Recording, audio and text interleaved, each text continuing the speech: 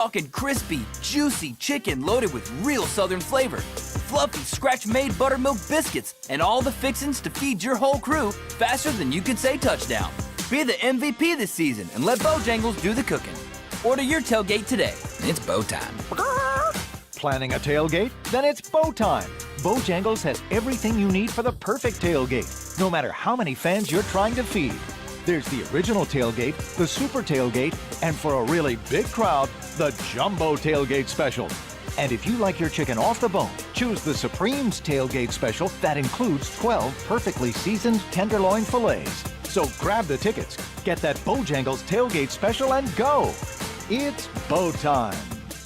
This is Dr. Craig McGiffin with Raleigh Weight Loss Center. Did you know, according to research, a majority of people gain their weight back after stopping those expensive weight loss shots? Don't become another statistic. Our doctor-developed program doesn't just help you lose weight, it helps you keep it off for good. We've helped over 70,000 people lose up to 10 to 20% of their body weight in just 8 weeks and maintain their results long-term. No more yo-yo dieting or weight regain. Visit RaleighWeightLossCenter.com now to schedule your free consultation. Hey, it's Dennis Cox from 99.9 The Fan for my friends at Raleigh Weight Loss Center. I've lost 42 pounds thanks to the program at Raleigh Weight Loss Center. And Raleigh Weight Loss Center is having a huge 20% off Lose It holiday sale running from now all the way through Black Friday, November 28th. You can give them a call at 919-897-7506 or visit RaleighWeightLossCenter.com to set up that free 15-minute phone consultation. 919-897-7506. Use the promo code Lose It. Results may vary. The next disaster is coming. Make a plan. Keep extra medication on hand. Make copies of important documents. Stay informed and be ready. Learn more at americares.org/sendusin. If you love to travel, Capital One has a rewards credit card that's perfect for you. With the Capital One Venture X card, you earn unlimited double miles on everything you buy. Plus, you get premium benefits at a collection of luxury hotels when you book on Capital One Travel. And with Venture X, you get access to over 1,000 airport lounges worldwide. Open up a world of travel possibilities with the Capital One Venture X card. What's in your wallet? Terms apply. Lounge access is subject to change. See CapitalOne.com for details. This hour of the Triangle Sports Leader is powered by Ritchie Law Firm, injury lawyers. Ritchie Law is on top of it. Go to RitchieLaw.com. That's RitchieLaw.com. Broadcasting live from the Lenovo Studios. WCMC HD1 Holly Springs. 99.9 The Fan. The Triangle Sports Leader. I'm WRAL meteorologist Elizabeth Gardner. Nice afternoon for us with highs in the mid-60s, which is near normal. Lots of sunshine and a cool night tonight as we dip back into the mid-40s. Increasing clouds for tomorrow with a high of 71. We'll see some showers late in the day, but a cold front moves through as we get closer to Thanksgiving, bringing us some rain for Wednesday for your holiday travel. Weather update brought to you by Newcomb & Company, where your comfort is their business. Visit newcombandcompany.com. 3 o'clock check of your money. Dow Jones is up 208 points to 46,453. Out in front with a chance. Lukanen with a stick. Puck still loose. Can't clear. Empty net. Gostisberg scores! Left quarter, Haminya thought about one. A ball taking a drop. Lob it inside. Cameron Boozer playing catch. Goes up and dunks. Justin Jolie leaps up. It is a touchdown on 4th and 6, a 12-yarder. Pack's going to win the game. Good snap, good hold, it's a fake, Polino to the left, 25-20, down the sideline, into the end zone, oh, they say out of bounds at the 1. The Drive with Tim Donnelly on 99.9 The Fan. The Drive with Tim Donnelly here on 99.9 The Fan. Happy Monday, everybody. Hopefully your week's off to a good start. I'm Tim Donnelly, Dennis Cox producing the show. We'll keep you updated on action from Maui. NC State trailing Seton Hall.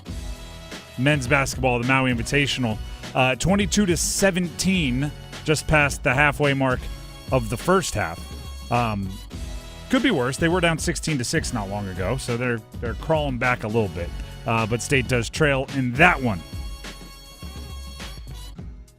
For all that hype we've been giving the ACC men's basketball, let's make sure we back it up NC State. I know Maui's fun, probably out on a boat somewhere. Take care of business. It is also a Monday Soundoff day, so at 4:15 we will be opening up the phone lines for your takes on a Monday night football game that the Panthers are playing in tonight. A split weekend for the Carolina Hurricanes, college football of all shapes and sizes, and college basketball of all shapes and sizes. A lot to get to, and we'll get to it with you on the call-in line at 4:15. We'll let you know when the phone line's open for that. Right now, though, time for the Big 3 at 3.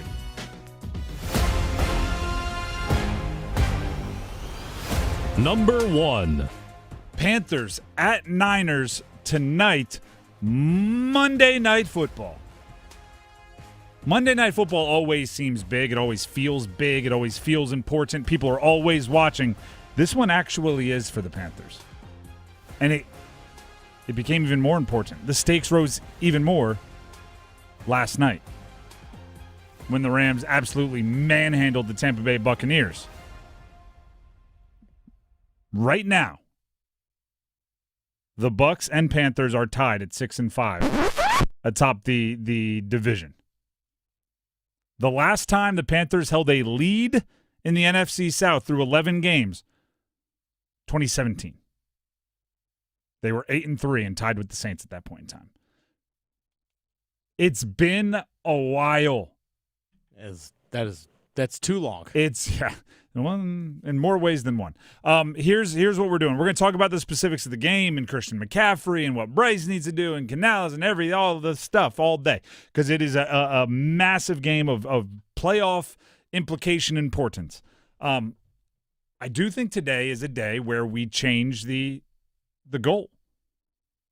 If you go back to before this season began, all I was asking for, I think a good goal for the Panthers was to play meaningful football into the last 4 or 5 games of the year, right? Have those games matter. Have those games have implications.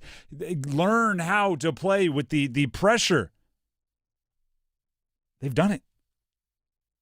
Right, the 3 of the last 4 games are Bucs twice and the Saints. Right, the division, like it won't be mathematically wrapped up into the last month. That has been accomplished.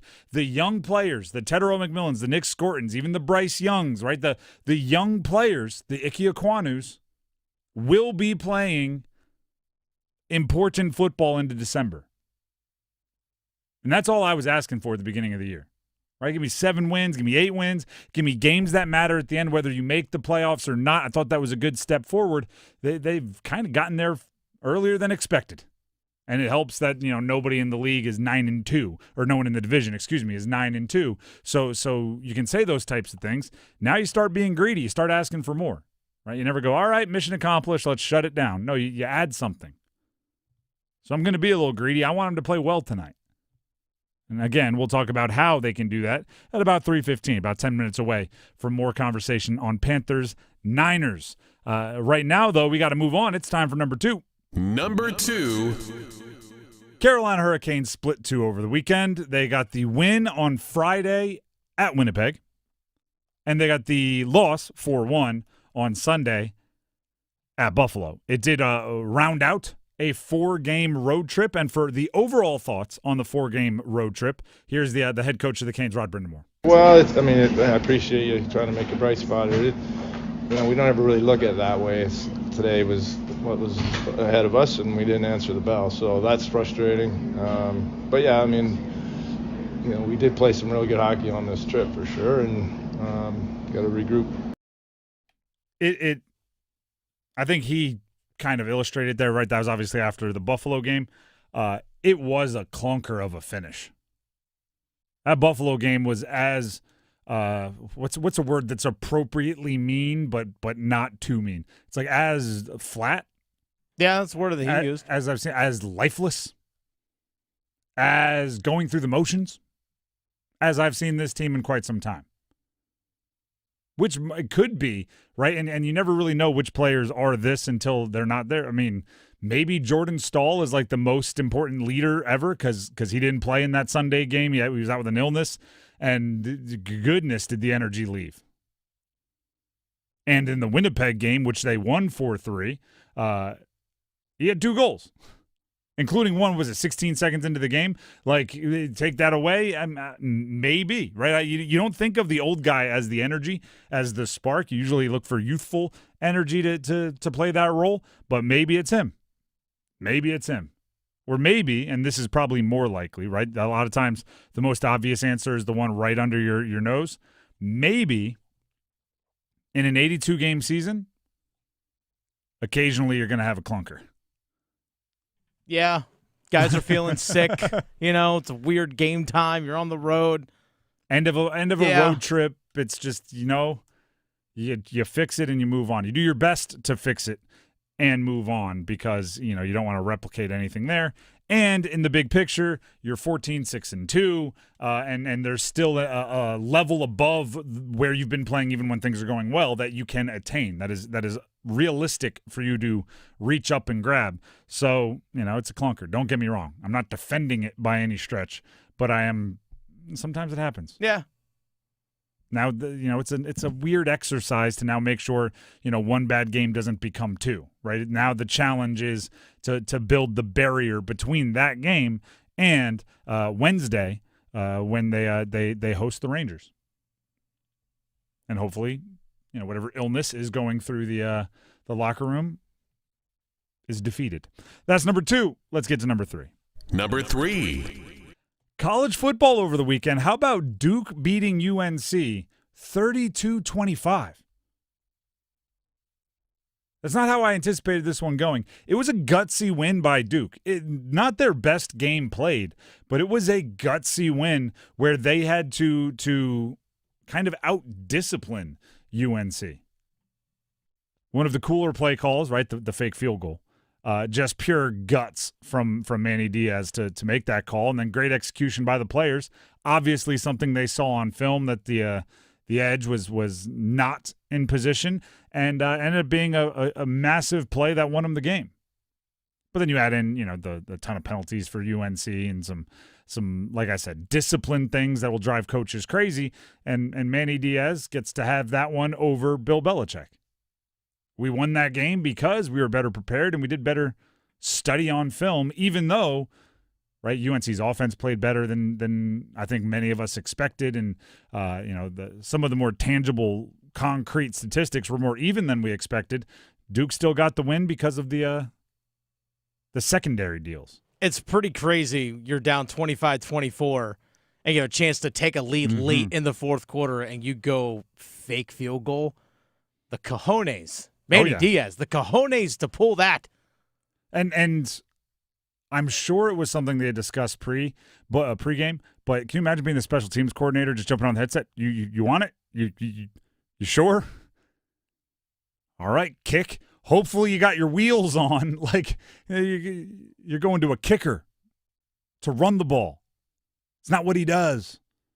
Here's Manny Diaz on making that call. We felt we felt like it was there, and we had seen evidence, through the course of the game that it was there. They were rushing hard. We had invited a little bit. We didn't block great on the wing last week. There was a play we put on tape. So we suspected that we'd get heavy rush off the wing. Actually, the roughing the kicker. I mean, our field team actually created 2 huge plays in the game. Right, the roughing the kicker in the first half. That we got 7 off of that, and then the 7 we got at the end. I just didn't love. I mean, we're down by 1 and you kick and you're up by 2, and I would rather be winning than losing, but up by 2 is not great, right? Like a field goal beats you, so it didn't necessarily feel like a gamble. It felt like something we felt like would be there, and I just felt it was really important for us to try to cash in on a play that could potentially get us a touchdown, and so that's exactly what happened. Just a gutsy call. And it worked, so it's genius. If it didn't, would have been really foolish, but that's the game you play. And then NC State, this is actually previous, right? NC State beat Florida State 21-11 on Friday in just another 100% proof that Dave Doran is going to win every game as soon as people count him out. As soon as everybody, you know what, that team, not what we thought they were, 100% they're going to win the next game. Holding Florida State to 11 points, that's pretty impressive, right, for a defense that had not been playing exceptionally well, meaning State's defense, this season. But even, like, I'm not a superstitious person. A short punt bouncing off a guy who's trying to get away right off the noggin all the way back to where the punter recovers it. That was a wild sequence, that whole thing. And then a couple plays later, they punt again, another muff, and they recover it again. And it's just, you know what? Everybody must have counted out Dave Doran and NC State before this game, because whether they play well or not, they're going to win it in the oblong-shaped ball. The way it breaks and the way the football gods tell it to is just going to go in their direction. 21-11. Florida State, and I talked about this a little bit before the game, they are officially one of the statistical anomalies of the season. They outgain their opponents and lose at an incredible rate, darn near historic. And this is another example. And how do you do it? Well, dumb plays like that really help, and then State took care of business when they needed to. That is the Big 3 at 3. Here on The Drive with Tim Donnelly on 99.9 The Fan. The Panthers are taking on the Niners tonight, Monday Night Football. The entire football-watching world will turn their eyes to Bryce Young and the Panthers. Does that make you excited or scared? Stick around. Hey, folks, it's Dennis Cox from 99.9 The Fan for my friends over at Raleigh Weight Loss Center. I've been with the program for nearly 4 months and have lost 42 pounds thanks to Raleigh Weight Loss Center. Right now, Raleigh Weight Loss Center is having a special 20% off Lose It special going on right now all the way through Black Friday, November 28th, with the lowest prices of the year on the Raleigh Weight Loss Center program.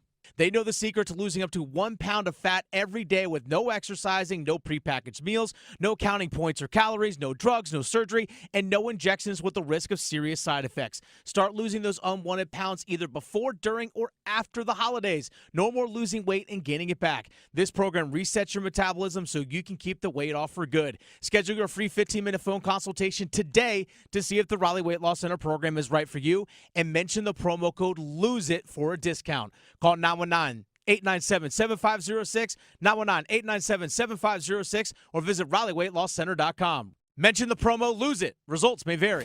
Oh, hey, welcome to gift wrapping. Whoa, Zoe Saldana. Hey, can you wrap these, please? Wow, iPhone 17s. You splurged. At T-Mobile, you can get 4 iPhone 17s on them. The new center stage front camera is amazing for group selfies. It's the perfect gift for everyone. I'm the worst. I only got my mom a robe. Well, it's better than socks. So I have to trade in my old phone, right? No, at T-Mobile, there's no trade-ins needed when you switch. Keep your old phone or give it as a gift. Incredible. In fact, wrap up my old phone, too, for my Aunt Rosa. Forget that. Aunt Liz will be jealous. Sounds like my family. Drama. Oh, I got it. I'll give it to my abuela. I'll take reindeer paper with, hey, where are you going? To T-Mobile.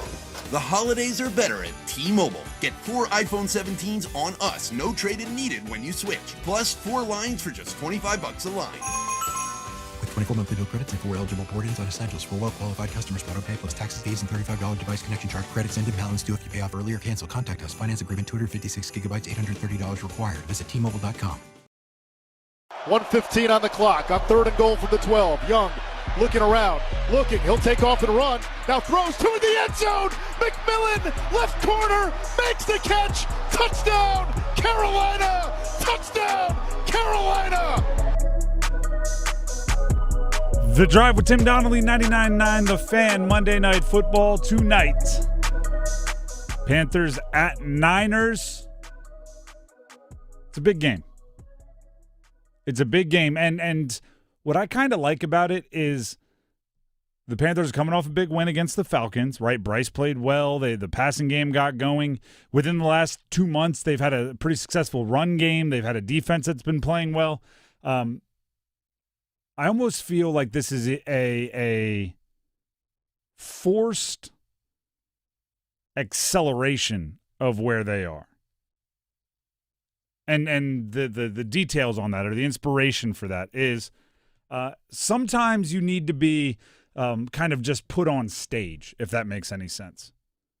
You can practice in the shadows, and you can practice. I'm thinking of like a I don't know, a high school shy theater student, right? You can go to your one-on-one with the teacher, singing lessons, and you can be singing amongst your theater crowd, and eventually it's just like, hey, guess what? Star of the show, sick today. You're going in. You're on in 10.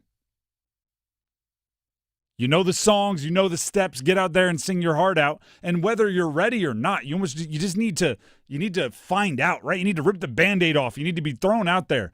The Panthers, and schedule isn't like a choice, but they could keep playing these 1:00 Sunday games against divisional opponents, and some games they'll win, some games they'll lose. We'll be upset if they lose a bad one like against the Saints. But to the national world, it's just, the Panthers are doing whatever they're doing while we're all watching the Cowboys play. And then you get a Monday night game, and it's very much, hey, guess what? Stars are out, right? Some of the lead singer just got sick. You know the steps. You got to go. And whether you're ready or not, you better perform. Bryce Young, the world's watching. If you are going to change the narrative, if you're going to change your reputation, this is the game to do it. Because I can tell you exactly what happened last week for those that didn't watch the Panthers-Falcons game. All right, because we watched it, and Bryce looked really good. Okay, and there was a lot of yak, but he was making good decisions, and the run game wasn't working as effectively. He was really good. But I can tell you what happened in many places around the country. They updated their fantasy app, or they went to the ESPN scoreboard app or whatever it was, and they saw that passing yardage and went, whoa, what happened there? They didn't say, oh, Bryce must have put it together. They didn't say, oh, that passing game figured it out. I knew they would. They went, wow, that's weird. Then they probably went on and started scrolling to the next deal, right? Mad that they played Tedero McMillan against Tedero McMillan in fantasy, and they moved on. This is the game where they go, oh, actually, that was real. It can solidify some things. Now, from a game standpoint, the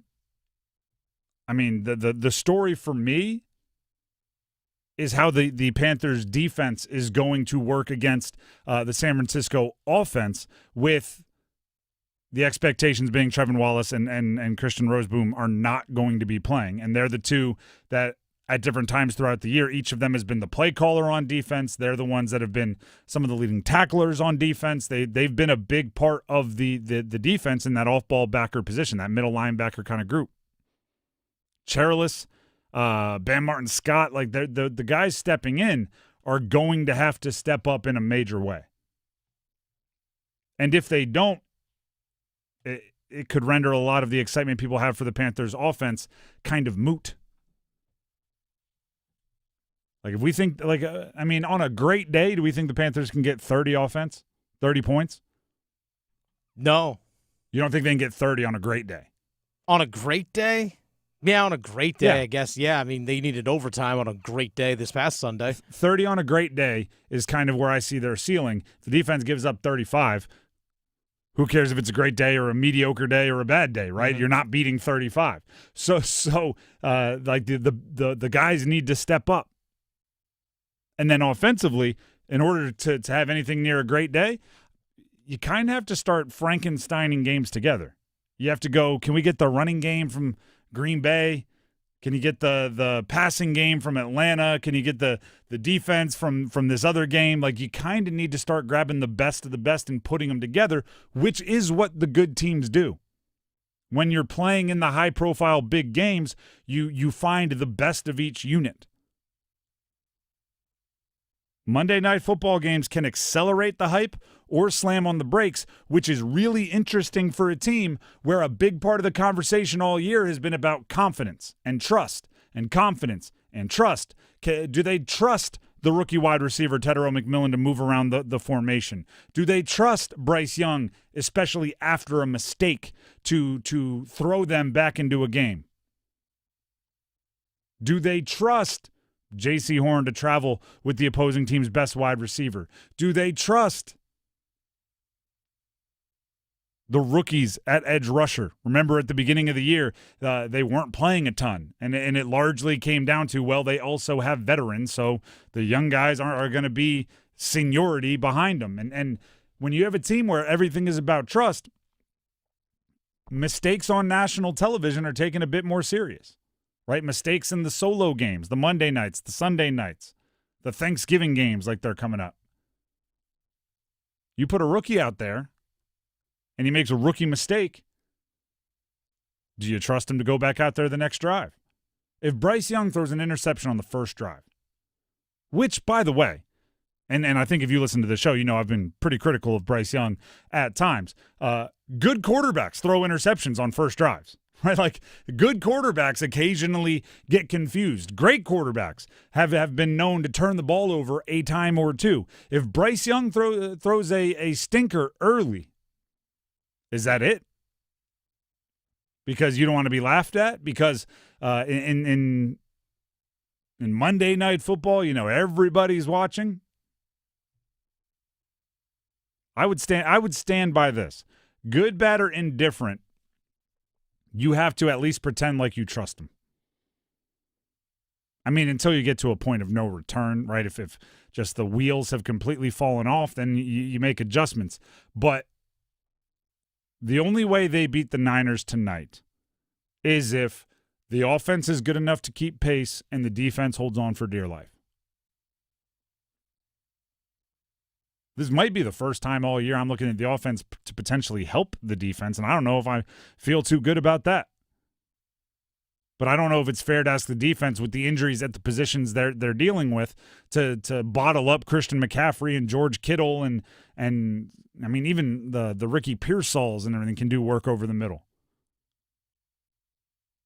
So yeah, part of me is saying out loud, Bryce and that offense, if you can score a couple early, if you can do something to get this game momentum-wise on your side and make the defense have the ability to predict a little more, right? Like, oh, they're going to have to throw it, or, oh, they're going to have to be more aggressive. We can game plan that way. That can really help out the other side of the ball. Yeah, you almost have to, I feel like, follow the same model of Green Bay. Like these long, sustained drives, and hopefully that the 49ers also buy into these long, sustained drives where, remember back in the Green Bay game, each team only had 7 possessions the entire game. I think you just literally shortened the game in that sense. That's probably the recipe for Carolina to win this one. The only issue I have with that is I think it's more difficult to force San Fran into that. True. Like don't take it for granted that Green Bay helped you out a lot. Oh, they did. And by the way, that's just side note, one of my complaints for Green Bay all year is by many advanced analytics, Jordan Love is playing some of the best passing football in the league, and volume-wise, they're just not letting him rip it.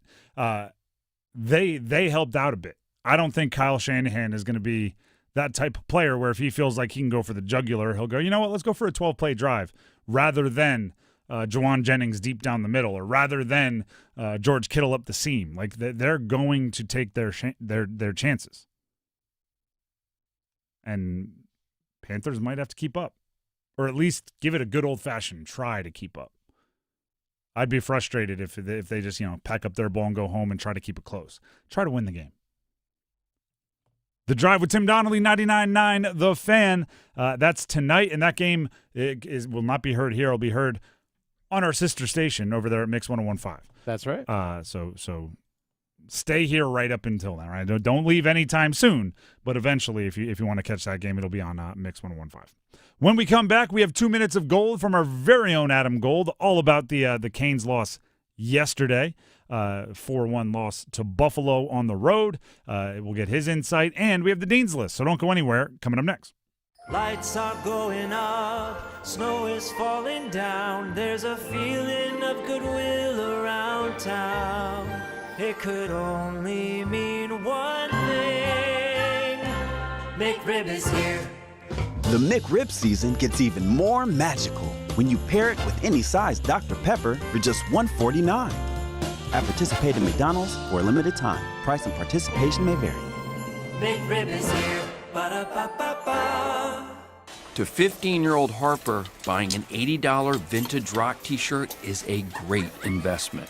To Harper's mom, this logic has a few holes in it. So she helped Harper open a Wells Fargo Clear Access banking account. With no overdraft fees and tools to track spending, Harper's learning, one heavy metal tee at a time. However you make money work, Wells Fargo can work with that. Terms apply. Visit wellsfargo.com/deposit disclosures for fees and details. You're listening to Leaf Filter Radio, and the guru of gutter protection himself, Chris Cunahan, is here to take your most pressing leaf-related questions and bring you a special Black Friday offer. Hey, everybody, Chris here. I understand we have Ron on the line. Ron, where are you calling from? Uh-oh. Ron, are you calling from a ladder? Well, I was. I wanted to ask Chris what I need to do to get my gutters ready to have leaf filter installed. Oh, Ron, you don't have to do anything. A Leaf Filter Trusted Pro will come out and clean out your gutters, realign and seal your gutters, and install Leaf Filter, America's #1 gutter protection system. So I didn't need to get on this ladder? Ron, Leaf Filter Trusted Pros are in your neighborhood and ready to help. Just visit leaffilter.com/deal to schedule your free gutter inspection and get up to 30% off. Thank goodness. What was that site? That's leaffilter.com/deal. And now, as a special Black Friday offer, you can get a free gutter inspection, plus up to 35% off. This is our best offer of the season. Unlock it now at leaffilter.com/deal. See representative for warranty details. If a Lenovo computer for your business is on your holiday list, don't shop around. Just go directly to the source, Lenovo.com. You'll find exclusive deals on the PCs you want for your business, like the ThinkPad X9 14 Aura Edition and Yoga 7i 2-in-1. So avoid all that shopping chaos and price comparing, and just go directly to the source, Lenovo.com, where PCs are up to 50% off. That's Lenovo.com. Lenovo.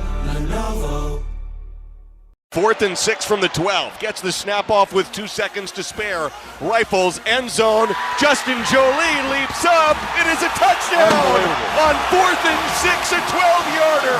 Pack's going to win the game. 20-11 with 1:47 to play. The Drive with Tim Donnelly, 99.9 The Fan.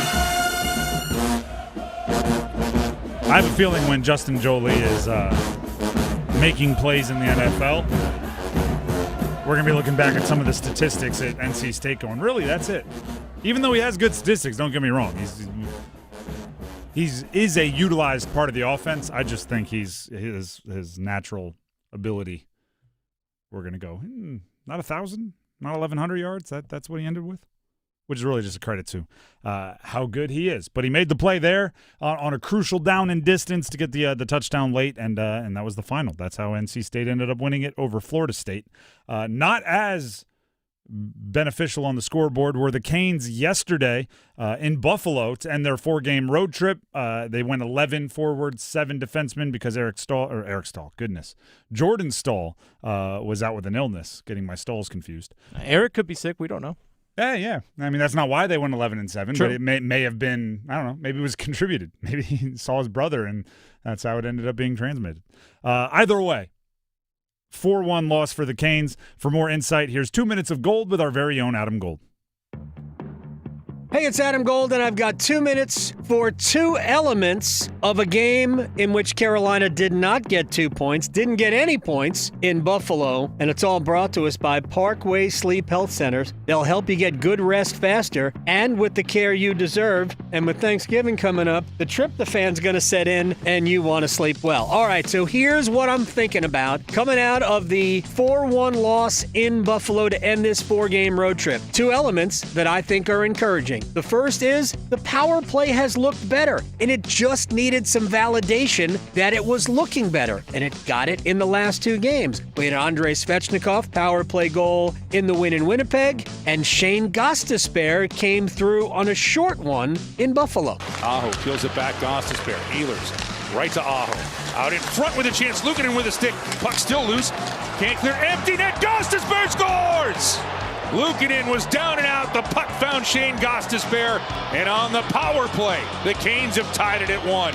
It looks great when you move the puck around, and Carolina's actually been better at that lately. They just haven't had a ton of opportunities on the power play, but maybe it's starting to come around. It certainly has looked better. And here's what else looked better, even in the loss. And I know statistically speaking, you will look and you will see, 21 shots on goal, 3 goals allowed. Freddie Anderson wasn't any good. You would be wrong. You would be somebody who is dependent only on a stat sheet to decide whether or not something was successful or not. I'm here to to tell you that was the best Freddie Anderson has looked in a while. Even in some games where he's had favorable statistics, I think this was good Freddie. Now here comes Buffalo dragging. Anderson with a save. Rebound followed up, and Anderson gets the denial there. Zucker will come outside of the net, and Anderson! What a save. Oh, Mr. Anderson, how did he get a piece of that? And honestly, the best thing coming out of the game was that Anderson looked like Anderson. He didn't look slow. The goals he could do nothing about. They were really about players in front of him more than anything else. So that's what I'm taking out of this, especially with Pyotr Kochetkov, a little bit banged up. Nice to know that Freddie Anderson looks like he is becoming Freddie Anderson again. And that's my takeaway from a 4-1 loss to the Buffalo Sabres. From sleep studies, CPAP machines, and supplies without the long delays you'll find at other sleep centers, it's Parkway Sleep Health Centers. Sound sleep, sound health, Soundoff for a Thanksgiving holiday. Thank you once again to Adam Gold for 2 minutes of gold, all about the Canes' 4-1 loss to Buffalo. Shout out to Shane Gostisbehere. Even in a kind of flat, dull game for everybody, still gets a goal and stays hot from a point production standpoint. Just absolutely unreal season from him. Super underrated player. The Drive with Tim Donnelly, 99.9 The Fan. Let's jump into the Dean's List.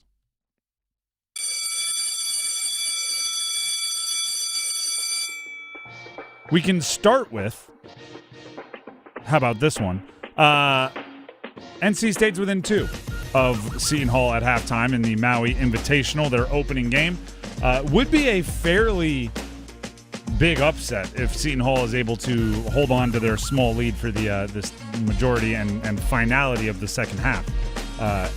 NC State is the betting favorite to win the entire Maui Invitational, and this is just the first game of the bunch. I guess if we have to put someone on the Dean's List, it would be Van Allen Lubin. You might say, oh, is that because... Oh, no, actually, probably Matt Abel would be the answer here. Matt Abel off the bench with 10. 10 points off the bench. The freshman said, all right, if you guys need a spark, I got it. I like it. No, but actually, it's Van Allen Lubin. Do you know why? Second on the team in points, leading rebounder right now, 8 points, 5 rebounds. But it's really because, you know who went to Maui last year? Van Allen Lubin. It was UNC, and Van Allen Lubin was on that team. So maybe he's just transferring year to year to make sure he keeps getting free trips to Hawaii. It was a good little maneuver. Bake that into the NIL cost. You know what I mean? Flights. It's not bad. Not at all. Dean's List. Let's keep it rolling. I think we have to put Caden Noonkester on there. Punter for NC State. I don't know if I've seen a more all wrapped up into one.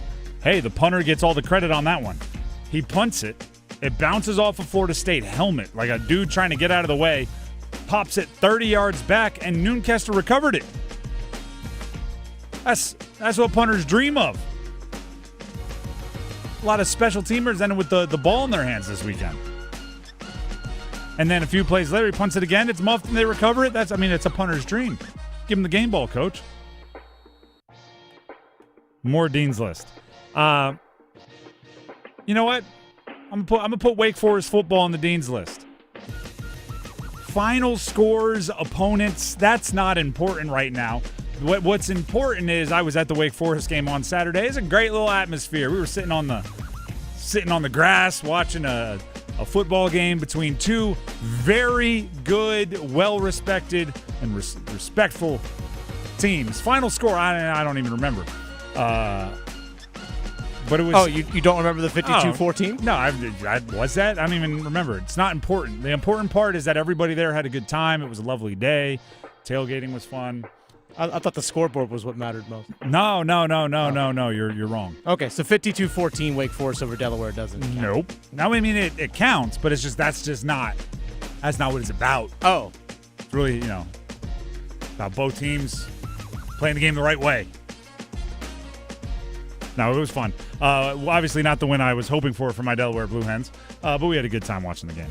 Shout out to the hospitality of the Wake Forest faithful.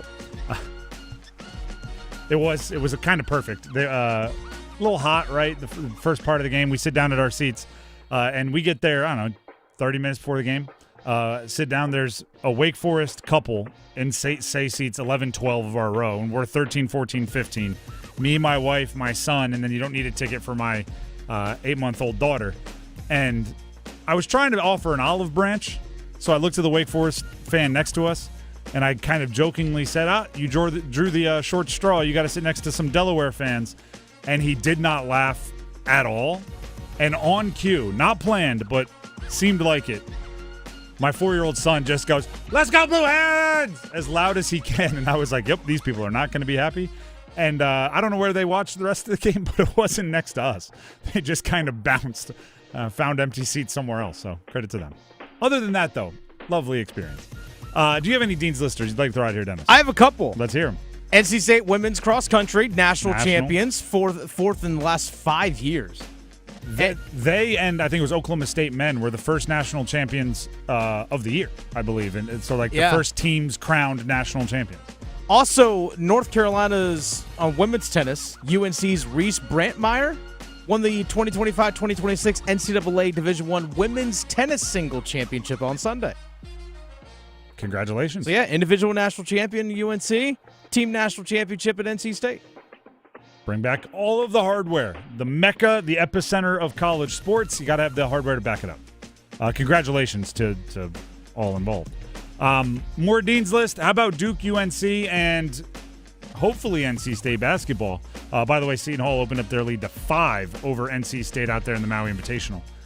Still very early on in the second half. But as of this morning, all 3, Duke, UNC, and State, moved up in the AP poll.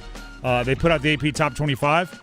Duke is now up to number 4. North Carolina is now up to number 16. And NC State bumped up from 25 to 23.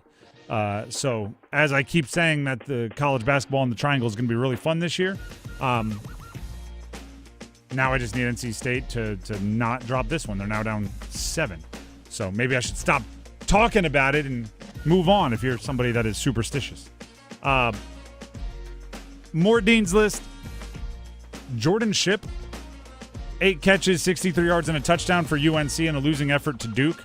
I just say that because I think his talent has popped a few times this year where you look at it and you just know has to be frustrating for a receiver who's so dependent on offensive line and quarterback and play calling to kind of know that he's capable of bigger production. And while 8 catches for 63 yards is not like, you're not going to win wide receiver of the week or whatever, it's at least volume and it shows maybe, I'm not crazy. I am pretty good at this. I can get open and make catches, which I think we all know about him, but over a long season where passing game doesn't get going, it's a frustrating deal. A couple people to actually add to the Dean's List. Let's hear it. Specialist, ACC Player of the Week for football. Specialist was Todd Polino, the kicker for Duke. I get it. Little cheating, though. Because he's a kicker, and let's be real, he's there because of the run. That's right? true. That's it feels like when I don't know, in fantasy football, when your receiver returns a punt for a touchdown and you get that random 6 points, it's like, that's not even why I have him on the team. But yeah, we'll give him an award for it. Also, Devin Marshall, the defensive back for NC State, was very also good game. Yeah, he had 2 picks, 2 interceptions, and multiple pass breakups in the game as well. And also, speaking of wide receivers, wide receiver of the week, Carlos Hernandez Jr. for Wake Forest, the wide receiver. Is he number 8? Yeah. Yeah, he had, 5 catches for 197 yards and 2 touchdowns, against Delaware in a 52-14 win over Delaware. The irony is I was so worried about Chris Barnes, speedster. I was so worried about Damon Claiborne, speedster. Number 8 was all over the place. Had a 90-something yard catch, and I was like, well... Yeah, he had a 93-yard catch and a 79-yard touchdown catch as well. Yeah, it was, I was like, that's not even the fast guy I was worried about, so maybe we're in over our heads here. Yeah, he was very good. That 93-yard touchdown catch, by the way, the longest in program history, Wake Forest. It was late. They didn't have to do all that. The game was already in hand. Maybe, I gave you all that hospitality love. It's actually kind of messed up now that I think about it. No, I'm kidding. You know what actually is worse? What's that? One of the teams that's going to have to be a loser in our winners and losers coming up. Oh, yeah? Another ACC team. Thank goodness that game happened because it makes Delaware not look as bad against Wake Forest.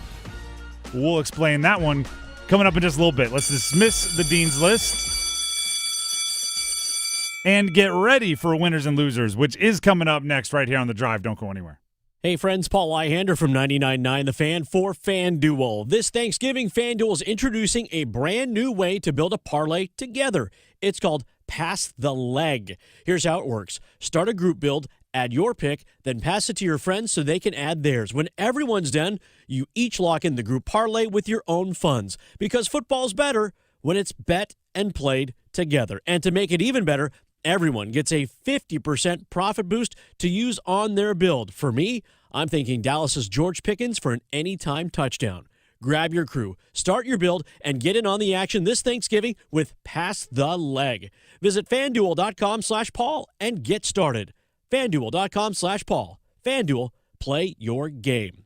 21 plus and present in North Carolina. Opt-in required. Bonus issued as non-withdrawable profit boost tokens. Restrictions apply, including any token expiration and max wager amount. See terms at sportsbook.fanduel.com. Gambling problem? Call 877-718-5543 or visit morethanagame.nc.gov. Come see Atlantic Spas and Billiards' brand new showroom. More wellness to experience with state-of-the-art Tilo saunas to see, more hot spring and Caldera hot tubs to sit in, and a full-service billiard and dart pro shop. Shop for awesome holiday gift ideas from grills to game tables. Outdoor recreation takes center stage with ping pong, foosball, pool tables, and more. Remodeling floor models and demos available for great pricing. Shop now and experience the beautiful brand new showroom, Atlantic Spas and Billiards, Glenwood Avenue, Raleigh, AtlanticSBNC.com. Hey guys, this is Marcy Bailey from Bailey's Fine Jewelry, and we know that you want to get your wife or girlfriend something special this Christmas, but sometimes you just don't know what to get. You wonder, what will she like? What will make her feel special? What will make her say, wow? At Bailey's Fine Jewelry, we have experts that are here to help. We specialize in making you look like a hero. You can even send her in to make a wish list that we keep on file to help make your life just a little bit easier. Bailey's has the largest selection of jewelry in North Carolina, including designers like David Yurman, Lagos, Marco Biccigo, and Apolita, as well as beautifully curated Bailey's collections. And don't fret, because if for some reason she doesn't love your gift, we have a 30-day return policy. Our goal is to be your go-to jeweler for life. Bailey's Fine Jewelry, located in Raleigh's Village District, Cary's Fenton, also in Rocky Mount, Greenville, and Charlotte. Every woman wants a Bailey box under the tree. Good snap, good hold. It's a fake. Polito to the left, 25-20, down the sideline, into the end zone. Oh, they say out of bounds at the 1, and it'll be first and goal. My goodness, what a call. How about that in a robbery game on the road? The Drive with Tim Donnelly here on 99.9 The Fan. We do have a Monday Soundoff scheduled as it is every Monday for 4:15. So we'll open up the phone lines at 4:15 for your calls. You can sound off on the Panthers tonight against the Niners on Monday night. Sound off on the Canes. Dropped a stinker on Sunday, but did win on Friday. Carolina, Duke football. Duke got the win. NC State getting the win over Florida State. Whatever you want to talk about, the college basketball going on right now. Which, by the way, NC State down 13 to Seton Hall. They had closed the deficit to 2 at half. Seton Hall ballooned it up pretty quick. Still 16 minutes playing the game, but now they have their work cut out for them. Out in Maui at the Maui Invitational, which is going on right now. So again, bookmark the phone number, 919-860-5326. It's not open now, but at 4:15 we'll take your calls on whatever you want to talk about. Right now, it is time for something we call winners and losers. This team will never lose again. I will now pay off the riddle that I left before the break. Okay. So Delaware lost by, I would say, $500 million to Wake Forest over the weekend. It's not great, right? My Blue Hens came all the way down to North Carolina, went to go see him, and didn't work out well. But it could be worse because a bigger loser, Syracuse. Syracuse played Notre Dame over the weekend. Man. 70-7. Oof. It's not as bad. We lost by $500 million. They lost by $1 billion. And you know, have a little bit more NIL money and stuff invested in this one. Fran Brown talks a little bit louder than our coach talks. So shout out to Notre Dame for making me feel not as bad by comparison about my team getting smoked. 70-7. And you know who you can blame for this? The committee, the College Football Playoff Committee, right? Notre Dame felt like a 30-point win wasn't going to get any notice, so they had to go win by 70-7. Keep pouring it on. Kind of messed up. But anyway, Syracuse is a loser. Winner, I'm going to go Wake Forest basketball. Miles Colvin hitting the game-winning, buzzer-beating 3 to beat Memphis 69-68, which the reason why they're a winner, right? Not just because they won, but because they lost a heartbreaker in overtime to Michigan. They lost Michigan was ranked 7th in the country at the time. A 1-point game to Texas Tech. They were ranked, I think, 15th in the country at the time. You don't want those losses to be in vain. You don't want those close, brutal, heartbreaking losses to be for nothing, so you hope that you learn something and you can execute better in close games down the road. I'm not saying that's why they beat Memphis, but maybe it gives them a little silver lining to some brutal losses. Do you have some winners and losers, Dennis? Losers, football coaches this weekend. Just all of them? A lot of them. Justin Wilcox from Cal, fired, even though his team's bowl eligible this season. Lost 31-10 to Stanford, if I remember correctly. Got fired after the game. And also in the NFL, Chip Kelly, the offensive coordinator for the Las Vegas Raiders, and then Shane Brown, the defensive coordinator for the New York Giants, both got let go this weekend. So, yeah, unfortunately, it's approaching that time of year where you're going to see this a lot more often. And, yes, I'll be the loud devil's advocate in the corner. They are getting paid a bunch of money to go away. Oh, that's very true. Very true. But still, they're humans. They want to be successful. They don't reach the heights that they've reached in their profession without being very competitive. It's not a fun conversation to have. Although maybe that means Ashton Genty will get open in the open field a little bit more, because obviously Chip Kelly wasn't figuring it out. I'm just going to ask a question here, though, about Chip Kelly losing his job. Chip Kelly, offensive coordinator for the Raiders, gets fired. Is it possible that Chip Kelly was having a hard time calling plays because of the play of the offensive line, which is coached by Pete Carroll's son? Maybe. The office politics in that one, I'm sure, in the Kelly household are getting, the venting around the kitchen island is quite loud. I don't know. Chip Kelly had no problem being an offensive coordinator for a national championship Ohio State team last year. Yeah, but they didn't take a huge step back without him, did they? Nope. All right, that's enough of the Chip Kelly discourse. Although some are already advocating for him to be the Tar Heels offensive coordinator next year. I'll just put this out there. He was making $6 million a year to be the Raiders OC. I don't know what he was making at Ohio State. I'm sure it was more than 1.2. I'm sure it was in the 2-3 range. You got to put your money where your mouth is if you want Chip Kelly as your OC. More winners and losers. How about this? Loser. People freaking out over Andrei Svechnikov trade rumors. Elliot Friedman put out a report that Andrei Svechnikov was unhappy earlier this year due to a lack of ice time at the start of the season in his role. And matter of fact, I was just told we have the audio. We have Friedman. All right, here's Friedman talking about Svech and his trade opportunities, or I'll let him put it in his words. Earlier on in the season, so Andrei Svechnikov, great player for the Carolina Hurricanes. If you're a fan of the team or you were watching around the league, you know he went the first 8 games without a point. His usage was down. He was on the 4th line. He had a game where he was down around just under 12 minutes, and he was unhappy. And I understand, and I haven't spoken to him directly, but I understand that the inference was made to the Carolina Hurricanes that if they wanted to trade him, he wouldn't be upset about it, that he would be open to the idea. Now, I think this got out, and that's kind of how I heard about it today. I think this got out. I heard there were some teams that called the Hurricanes, and they were told, we still consider this a cornerstone player, and this is not something we want to do. But if you're going to ask us, you're going to have to make a monster offer.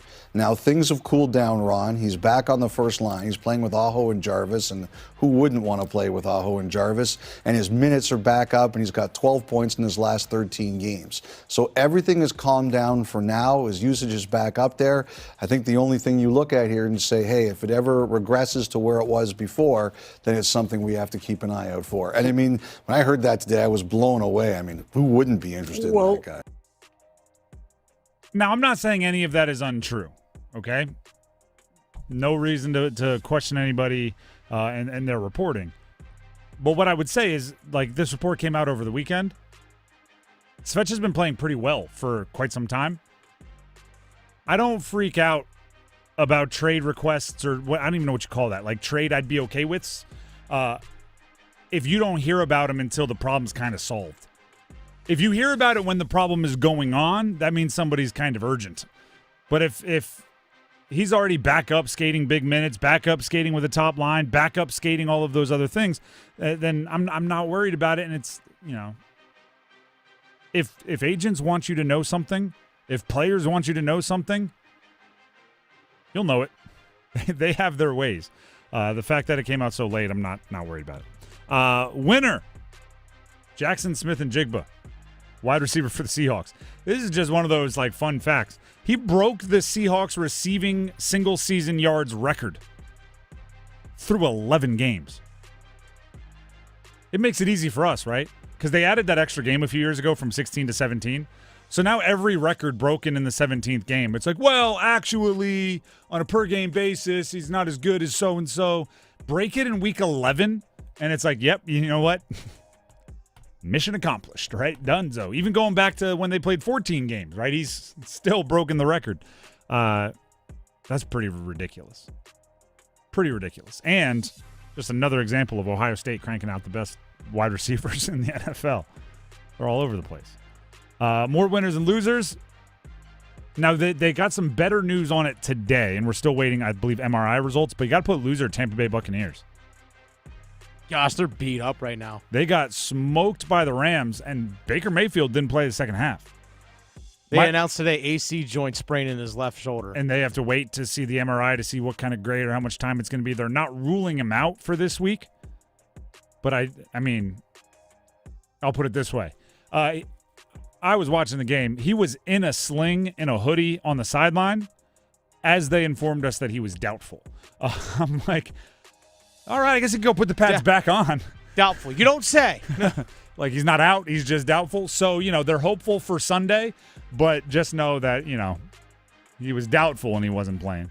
But they are just banged up, and they were winning games close when they were fully healthy at the beginning of the year.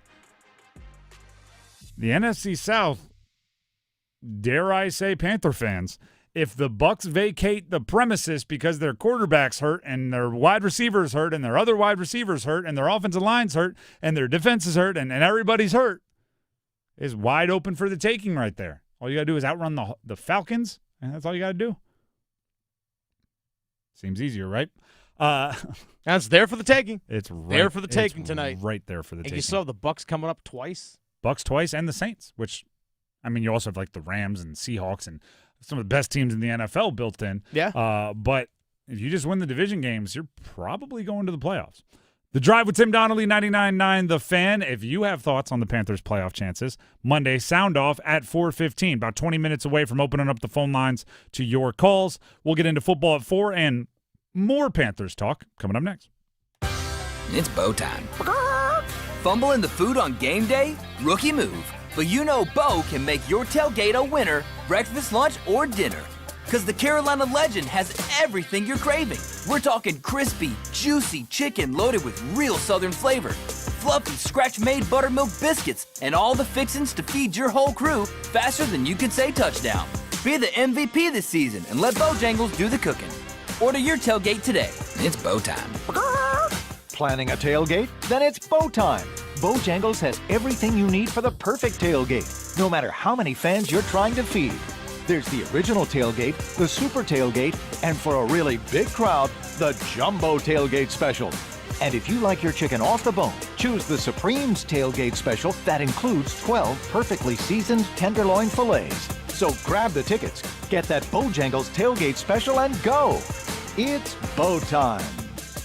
I know what I'm going to do, Coach. I'm going to bring our budget to you, and I'm going to have you go through it, and then you can look at the line items, and you can see our electric bill, because Ryan likes to keep it 60 degrees in our house. Oh, yeah. And you can help me argue. During what, summertime? During all the time. Oh, 60 year-round kind of guy. Yeah, and you can literally argue my point of, if we start saving money on the electric bill, we can invest. Yeah. Well, hey, over my years, I've been called the Dr. Phil of financial, because I get spouses in there, and they're battling, and I come in as a referee. Nice. And I'm looking out for both of you, and so my word kind of is final when it comes to that, because I like a compromise many times. But if someone's wrong or doing the wrong thing, I'm going to let them know. Because we want to get you on the right path. If you're going exactly the wrong way, wouldn't you want someone to tell you to make a U-turn? Amen. That's what I'll do. So let's put a total retirement plan together for you and your family. Folks, the next 10 of you, there'll be no cost or obligation. All right, guys, you heard him. Text Amanda right now to 600-700. That's Amanda to 600-700. Amanda Daughtry is a paid spokesperson. Investment advisory services offered by Capital Financial Advisory Group, a North Carolina registered investment advisor. I'm attorney Brian Ritchie. Getting hurt in a car wreck comes with all kinds of stress and frustration. But when you call me, I'll be on top of all of it. So all you need to worry about is getting better. If you've been injured in a car wreck, I'm on top of it. Contact us at ritchielaw.com.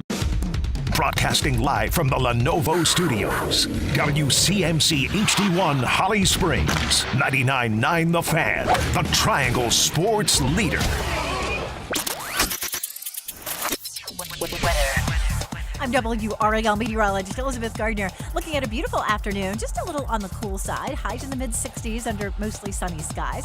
Overnight tonight, we're back into the mid-40s, and tomorrow, slightly warmer. We'll see a high of 71, but increasing clouds. We'll see some showers by the end of the day, and the rain will linger into Wednesday. Keep that in mind if you're doing any holiday travel.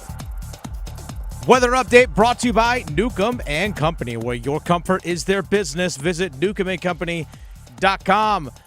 4 o'clock check of your money. Dow Jones up 205 points to 46,450.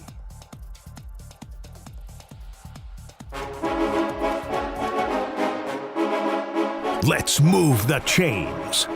Time for football at 4. The Drive with Tim Donnelly here on 99.9 The Fan. It is football at 4, and we have football conversations to have. But first, some football programming updates. If you want to listen to Monday Night Football, Panthers-Niners, it will be on our sister station, Mix 101.5. So you can check it out there. Panthers games, it's kind of where they live. So enjoy it on Mix 101.5. Also, it wouldn't make any sense to have Panther Talk today at 6. No. When you don't have a game to react to yet. I know Panthers haven't had this problem very often, but that just means Panther Talk's going to be tomorrow. So 6 o'clock right here, 99.9 The Fan. You can hear Panther Talk tomorrow. Today, we'll just still be getting everybody ready for the game. So there's some nuts and bolts, some scheduling stuff. Anything that I missed, Dennis? Like you said, Panther Talk tomorrow at 6 p.m. tomorrow Beautiful. right here on The Fan. All right. So you hear it from Dave Canales and the whole crew, everybody. On what happened tonight, an autopsy or a celebration. We'll have to watch tonight to find out. And with that, it's time for football at 4. Which does – oh, and by the way, we do have a Monday Soundoff coming up at 4:15. If you want to talk football or basketball or whatever, football at 4 now, Monday Soundoff, 4:15. We'll give you the number to call into in a second. Panthers at Niners. Panthers at Niners here on Monday Night Football.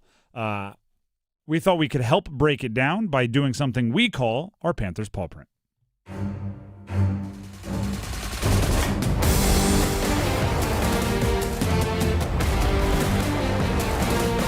All right. Panthers paw print here. As you know, brought to you by Wake Orthopedics, your winning team for orthopedic care, proudly serving the Triangle with multiple locations. Find yours at wakeortho.com. That's wakeortho.com. I want to be clear on something when it comes to the Carolina Panthers and how I believe they set their, ready for this, blueprint towards winning for the rest of the year. And the reason why I'm saying I want to be clear, I'm breaking it down, is because I don't think it's changed. I don't want to have one 448-yard passing game, which they had against the Falcons, and suddenly think you are like a run-and-shoot offense. I still believe the bread and butter of this team is running the football. But what they showed signs of life against Atlanta as far as having is they need that counter. They need that plan B.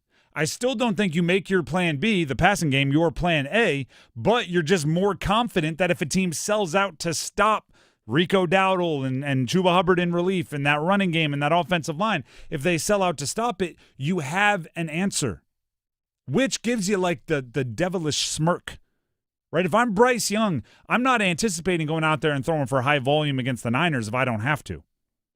But I do have the devilish smirk on my face when I get out there for the first drive and I see run blitzes and I see safeties creeping down and I see guys in the box, meaning a loaded run defense. If I'm seeing that, I'm going like, all right, you think we don't have it, we got it, right? And that does not change how you start the game. I still think you give the ball to Rico and you make them prove that they can stop it. Because if they can't, great. Right? Get the clock rolling, pick up first downs, and go back to asking Bryce to pick up, a crucial third or fourth down here or there. Right? The maybe an end zone fade to Tedero McMillan if you're feeling froggy. Like do those sorts of things, but lean on the run game until they prove they can stop it. And if they don't prove they can stop it, keep it rolling. I don't think their blueprint, again, here in the Panthers paw print, I should call it a paw print. I don't think it changes based on the Falcons game. I think it's just the first time the kind of the order of operations worked. I was just watching the other day Sully, the movie, the Tom Hanks movie, about the Captain Sullenberger who landed the plane on the Hudson. And they do, again, with my expertise of having watched one movie, right? When things start going wrong on a plane, the pilots have that little checklist, right? Try this, turn this BPU, and turn this, press this button, and change this monitor, and try to reset this. And it's all in a little list, right? And if one doesn't work, you just go to the next. And if that doesn't work, you just go to the next. And if that doesn't, that's kind of how I look at the Panthers' offense working, right? You start with the run game. And if that doesn't work, maybe you try a little outside run because they're so dedicated inside the tackles. If that doesn't work, okay, now maybe you move to some play action. If that doesn't work, okay, maybe you move to some straight drop back. If that doesn't work, maybe you, trick plays. Like there's got to be an order of operations. And the issue for the first part of the season was if the first thing didn't work, they kind of just put their palms to the sky and went, oh, well. Right? If the first thing if the run game didn't dominate, they kind of went, well, we don't trust Bryce, so what are we going to do? Against the Falcons, they went to the second deal, and it worked. So I don't want to see the second deal become the first deal against the Niners, especially because, Fred Warner's hurt, right? They've had some injuries and to their defensive front with the Niners, and you might be able to control the tempo a bit with your running game. And as Dennis said earlier, sometimes your best defense is an offense that keeps the other team's offense off the field. If you can have some long sustained drives, if you can shorten the game, if you can keep Kyle Shanahan from getting in a play calling rhythm, if you can do those things, it probably gives you your best chance to win. And make no mistake about it, right? I've talked a lot tonight about Monday Night Football, all these eyeballs, right? The entire football-watching world will be spotlit right onto your game. Like, all of that exists. It doesn't have to be aesthetically pleasing. The Niners are respected enough as roster builders and kind of, just perennial contenders that if you beat them by an inch or a mile, everybody's going to give you a lot of credit. And then all of a sudden you're a division leader, right? Because if you win, you're the outright division leader with a couple of pretty good wins as far as Green Bay, the Niners, right? You start packing on some of these quote-unquote good wins. Your reputation will change. And now maybe you can do some intimidating. Now maybe you can be the bully rather than the bullied, which we haven't seen in a long time. I was thinking about this, and it's not the right way to think about it, but there's just so much conversation of these two things going on. If the NFL had something like the college football playoff and the college football playoff committee, where right, you didn't have the division structure, you didn't have records, right? So it's like this team better than that team. If they have the same record, this is the tiebreaker. If you didn't have that, if you just had people in a room that had to pick the quote-unquote best teams, I still don't think the Panthers are being anywhere near chosen to be a top 7 team in the NFC and get a playoff spot. No. Right? They're still seen as, even with a record better than a lot of teams, as, well, you know, the good wins and the bad losses, right? We'd be complaining. They feel like an ACC team, right? Where they're just not going to get the benefits of any. Well, they're an NFC South, and there's not really a lot of competition there. Yeah, maybe if they win their conference championship, we'll consider it. Like, that's where they are. So in the same way, how do you fix that? Right? They feel a bit, I don't even know if this is right. They feel a bit Georgia Tech-ish right now. Where you know, they got some wins, don't get me wrong, but they also have some weird losses. And the only way Georgia Tech's going to convince anybody that they're deserving is if they beat Georgia, right? Like, you got to go put it on the field at some point in time. The Panthers are good. They're 6-5. They're tied atop the division. They have a negative point differential. They have some weird bad losses. You beat the Niners, that's a pretty good rebuttal, right? Get that good win. Get that top line of the resume. And then here's one more point to pay attention to. And we do have Monday Soundoff coming up. We're going to open up the phone lines here in just a couple minutes, so start getting your thoughts ready if you haven't done so already. Consider this as well. I was asked on social media by a few different people if this is the biggest Panther game since the Super Bowl with Cam Newton. I think that's a bit hyperbolic, but I don't think it's outlandish to say it's the biggest Panther game since maybe the playoffs in 2017. Right? Like I'm not going to put any regular season game over a playoff game. No. But since then, there haven't been a lot of games this late that matter, that have division implications and playoff implications. I mean, I would think it was 2022. They were 6-9 going to play the Tampa Bay Buccaneers, and if they had won that game, they had an outside chance of winning the division. But even so, that was with interim head coach Steve Wilkes and all that. But I would put this as a much higher stakes and game than, gosh, like you said, probably since the regular season of 2017 or 2018. So here's my response to that. This is the biggest game Dave Canales has ever been a head coach for. Oh, easily, I'd say. The biggest game, playoff game he's ever been a head coach. Yeah, sorry. Head coach for. So, you know, just like your freshman quarterback going into an away game for the first time, and you need to like look in their eyes and be like, maybe we should call a couple run plays to start it. You know what I mean? Like Dave Canales, he's gone for it on fourth down more than any team in the NFL coming into this week. 27 times he's gone for it on fourth down. This past week against Atlanta was the first time I saw him kind of stick to his guns and trust Bryce Young to make the plays that he needs to make in volume. There's been a bit more comfort in risk and trusting his gut than we've seen. I hope he continues, right? I hope that doesn't clam up because he knows rather than 4 million people watching, it's 20 million people or whatever the difference is between a regular game and a Monday night game. I want to see Dave Canales also learn some things about himself as a head coach. All right, this is a little transition here. But here on 99.9 The Fan, this is The Drive, and I promised I'd keep you updated on NC State at the Maui Invitational. Officially upset alert for the Wolfpack. They trail 67-51 at the under 8 media timeout, so 7:41 to go in the second half, and momentum all Seton Hall at this point in time. And if you want a little underlying, I need to see the I don't know if he's done anything as of yet. Let me scroll. Not a ton. Trey Parker, who was on NC State last year, is on Seton Hall. He's played 12 minutes, has 3 assists and 2 rebounds in the game. But But goodness gracious, this is not what Will Wade was hoping for in really his first kind of big-ish game for State. Maybe it's the 9:30 a.m. start. I think that's what time it is out there in Hawaii when this game got underway.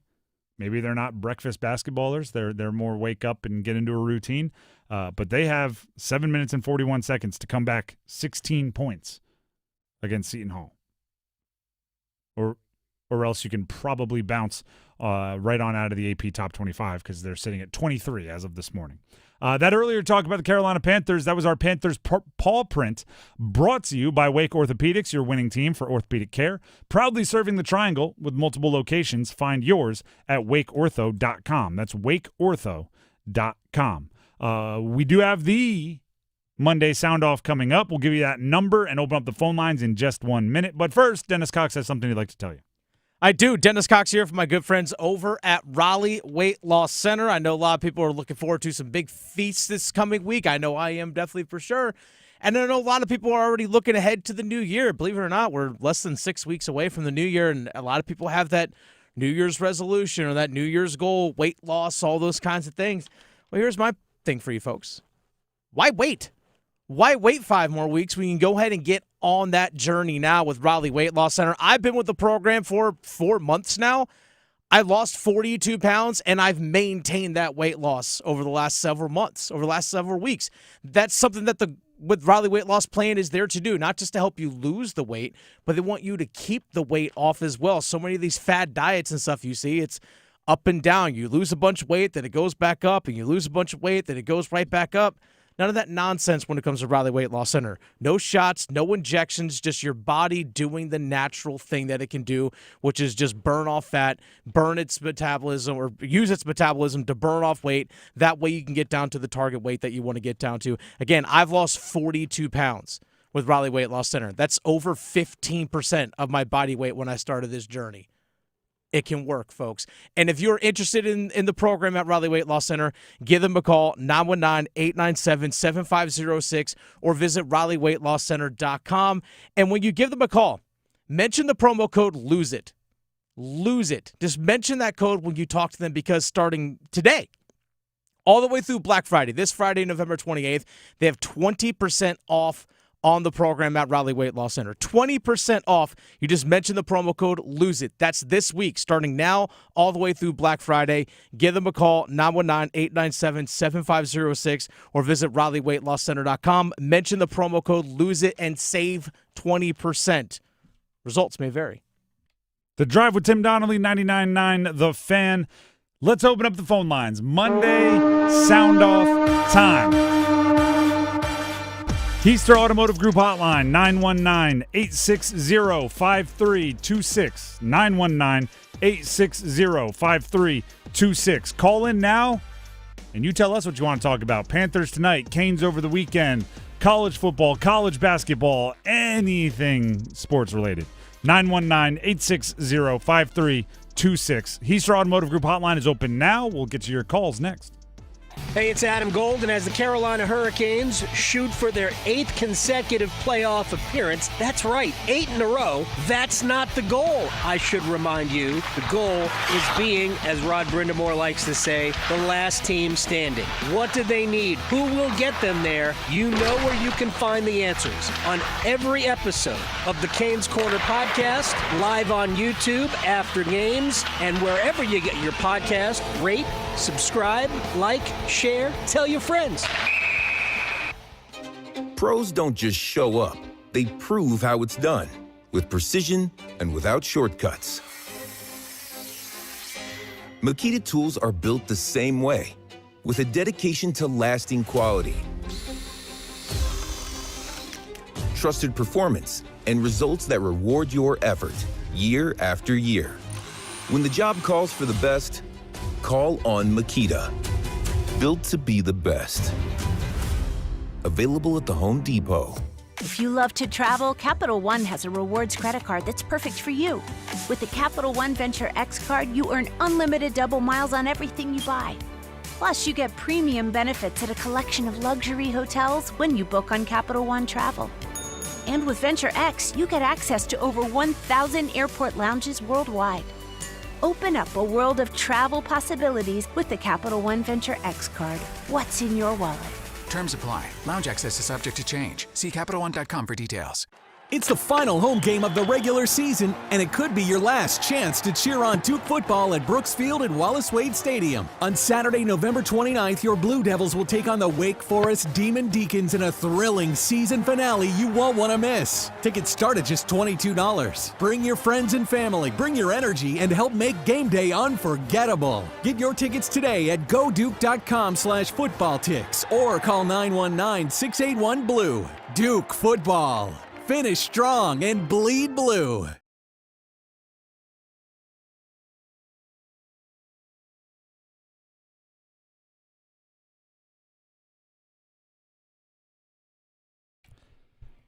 The Drive with Tim Donnelly here on 99.9 The Fan. It's time to hear from all of you. It's a segment we call Monday Soundoff. It is where we open up the Heathrow Automotive Group hotline, 919-860-5326, and you get to react to whatever you want to react to in the sports world. If you're calling in, you can't get through, keep calling. The lines will open up as we take callers, and we want to hear from as many of you as possible. We'll start with Corey in Raleigh. Corey, you are live here on Monday's Sound Off. The floor is yours. Take it away. Tim, I appreciate you. Real quick, man, the way that I feel about the Panthers is the same way I feel about the Tar Heels. I hope they'll win the next game, man. Do I think they will? No, but I really hope they do. And that's just how I feel about it. I think there's a lot of similarities between the Panthers and the Tar Heels this year. And what I really want to sound off is something that bothers me. Shedeur Sanders had his first start. Mm-hmm. I think that those stats could have been a lot different for him if it wasn't for some drops and some plays made. And we would have had a different conversation today. But what really bothers me, man, I'm not a Browns fan. I'm a Panthers fan, but I like the kid. And it's really bothered me how the circumstances around him has happened. But it really, really bothers me how the coach just seems like he just really hates to give him any type of compliment that he deserves or push anything his way, man. I just don't understand why he's being treated that way. I feel like he is the answer there. I know there's some circumstances around that, but it really just bothers me, man. That's why I want to sound off on. All right, can I just ask you a quick question, though? Yes, sir. So you're giving him credit for, like, good, well-thrown balls that were dropped, and you're saying it could have been better. He kind of did his part? Yeah, I mean, I feel like, first game, considering the situation he's been in with the reps and summer, and, I feel like, if old boy didn't make that fumble and if the guy wouldn't have fell down right at the beginning, we would have been talking about some different passing yards and Well, yeah, but also, like, he had a 66-yard touchdown pass that he threw, like, 9 yards. So I don't know if you can, like, give him the negatives that his teammates had and say those should have been good without acknowledging that his teammates also made some pretty big plays for him, including, like, the deep ball to Isaiah Bond was his best throw. That's not an easy catch that he made down there. So, no, that was great. That was great, man. I mean, and I think, it is what it is. I still think, regardless, he had a good first game with him. I think just what really bothers me more than anything is just how he's been treated around this whole league and circumstance, as far as some people love him and other people hate him, and I don't understand why people have the hate for him they do, man. All right, I appreciate the call. Yes, sir. Fifth-round picks, you got to get in where you fit in. It's a tough job. It's a tough situation. Fifth-round picks aren't going to be loved up on by everyone like first-round picks are. They're kind of like more of the walk-ons than the Scully guys. Either way, appreciate the call. Corey, call back in anytime. Let's go to Jaron in Raleigh. He's next up, wants to sound off on a few of the things going on, I believe, in the football world. So, Jaron, welcome to the show. Go ahead and sound off. Thank you, Tim. I appreciate it. Mm-hmm. Really just two quick things. One, I just hope the Panthers play with pride tonight. They've had games where I don't necessarily think we're ready to play with the chip on our shoulder, but I think if they can play with some pride and show an actual good product from week to week, that'll be something we can hang our hat on, and we can hope for a win. Okay. And then the second, as someone who has no stake in either team, I think all the pressures on NC State this weekend to come out and actually put on a performance, show their crowd that despite some of their bad losses this year, that they can take a team that is lesser than them and put them into the ground. Okay, I appreciate the call. I mean, that's definitely one way to look at that the state UNC rivalry game this weekend. With maybe the only kind of caveat there being UNC has a high APR. So if they win, there's still a decent chance they could end up in a bowl game with 5 wins. And that becomes important for practicing and for keeping guys around the facility and everything else. So might mean a lot more for them as well. All right, appreciate the call. Let's go ahead and jump on to Escobar in Jacksonville, North Carolina. Wants to sound off on the Panthers. Escobar, welcome to the show. Go ahead and sound off. What's going on, Tim? I hope you and the rest of the crew are enjoying your wonderful Monday. I do want to say this. Regardless of the Buccaneers losing yesterday and the Baker Mayfield injury, they are still saying that the Bucs, from what I'm seeing on CBS, Fox, and other sports channels, they're saying that the Bucs can still win the NFC South. Do you think if the Panthers beat the San Francisco 49ers tonight, this could finally have the media take the Panthers seriously as a football team? I think it's time we start being taken seriously after what's been going on recently, man. Well, I mean, I apologize when I say this, I guess, but I still think the Bucs can win the division. Do you not think they can win the division? I'm so confident that the Panthers can still win this out, and I believe that with the momentum we have built, I think we have learned our lesson from losing to the Saints. I still think if we win at least 4 more games, we can still make the playoffs as well. If you win 4 more, I think you're in the playoffs. If the Panthers win 4 more, I think they're in the playoffs. I guess the question is where you find in the 4. If you're beating Tampa, you're beating the Saints, and you're beating the Niners. Those are the 4 you're counting on. If I can be honest with you, like in a fantasy world, I would love for us to beat the Niners, and then hopefully we beat the Seahawks, and then beat the Saints, and then beat Tampa. So I'm hoping for 5 games, honestly, but that's a fantasy world. Yeah. But I will say this. Go ahead. No, go ahead. You said you will say this, so I want to hear what you want to say. The Cali to Cali connection is going to happen. Expect Bryce Young to throw for more than 200 yards tonight. All right. I appreciate it. Thank you very much for the call. I do think that 225 should still be how you judge how successful he is, even though he just threw for 448. I don't want to start up in the ante too much for him. Let's not get crazy. Back to the call-in line on the Heastar Automotive Group hotline. Isaiah in Wake Forest wants to sound off. Looks like we have a Canes topic. Isaiah, welcome to the show. Go ahead and sound off. Yes, thank you for taking my call. I want to sound off on the goalkeeping, but first I want to ask a question. Okay. Was Coach Chetkov healthy over the weekend? I believe the way they described it, and we get very little as far as injury reports. The game that Bussy started, Pyotr Kochetkov, I think the wording, and don't quote me exactly, was he woke up and decided he wasn't feeling that great. We know that there's kind of an illness bouncing around there, so I believe that is what he was dealing with. Okay, well, then in that case, it's a little different, but still, I'll sound off on Freddie. He's especially Wednesday. He played awful on Wednesday. We lost because of Freddie. We deserved to win that game. And then on Friday, I feel as if we won despite of Bussy. And then Sunday, Adam Gold said Freddie looked like Freddie. I thought he looked okay. I thought he had some really good saves where he looked back to normal. But then I thought he had a couple shots that he could have saved. But what I wanted to say is if Coach Chetkov's healthy, the biggest games of the season, until Freddie can prove me wrong, I'm rolling out Coach Chetkov every important game so far because he's been by far the best goalie in my opinion. And then I just wanted to, that's it. Thank you. Thank you very much for the call. Listen, I'm a Pyotr Kochetkov guy. Don't get me wrong. I think he's a really good player, and I think he might have more it factor than Freddie. But there's a reason why you don't play, playoff games in November, right?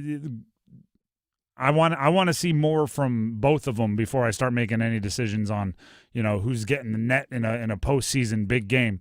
But you're exactly right. I don't think anyone would argue that if, there was a winner go home 1-game series tomorrow, if everyone's healthy, Pyotr's playing. He's more in form right now. So, I don't think you have to make that decision. But if you did, I think we're making the same one. Heaster Automotive Group hotline continues to remain open for a Monday Soundoff. We want to hear from you.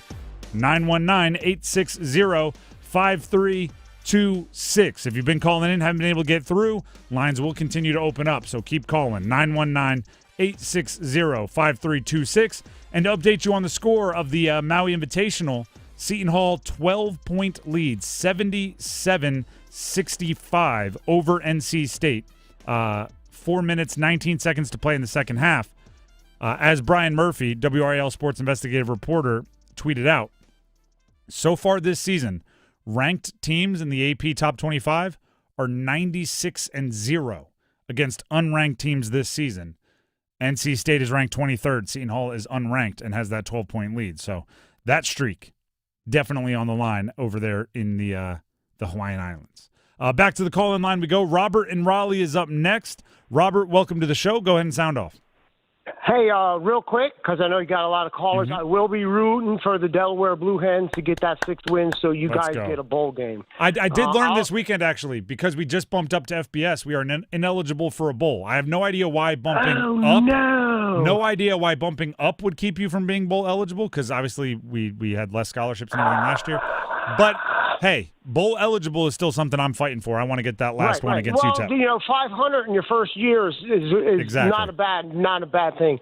Hey, I thought this was just an opening night thing with the NHL and the Carolina Hurricanes, and I'll be real quick. Last year when Toronto played the first game in Raleigh in the playoffs, you let me go Golden Bears' first NHL goal by Skylar Brindamore, and it seems the Canes are putting a youth hockey player on the ice every night for the national anthem, and a lot of people probably aren't aware of it if they don't have a kid or grandkid in it, but youth hockey is a thriving enterprise down here, and congratulations for the Canes and the NHL for putting the young guys on the ice. And lastly, from my hometown, I'll go with Yale beating an undefeated Harvard to win the Ivy League in the 141st game. Thanks, Tim. I appreciate it. Thank you very much for the call. I as on a recruiting trip, attended a Harvard-Yale game coming out of high school, and all I can tell you is it was one of the coldest moments I've ever had in my entire life. I don't know if it was unusual, but it was not a good recruiting trip to bring guys up there and be like, go freeze in this Coliseum-looking stadium for 4 hours and then decide you want to play here. Also, Dennis, youth hockey in the area, right? All the way up to the men's leagues. Yeah. It's a hockey town. It is. I've even seen, even on the men's league side of things, hockey just in the last 5 years, just the level of play getting better. Yeah. No, I seriously, I use the youth and the men's league as a way when I'm out of town to be like, no, it actually kind of is. It's way more immersive or ever present than you think it would be in a quote unquote Southern hockey town. But it definitely is. Dave in Franklinton up next on the Heaster Automotive Group hotline wants to sound off on the Carolina Panthers. Dave, welcome to the show. The floor is yours. Hey, what's going on, Tim? Hey, I'm getting pretty regular at calling you guys. I appreciate it. Tonight, hey, man, I love it. You might remember I was in Miami last time I called you, watching you on your stream. Yep. Anyway, the Rico thing tonight, they've stacked the box on him the last 2 games. I don't see how you hold that man down a third game. And, what if Chuba Hubbard, I'm a Rico fan, and I'm always busted on Bryce.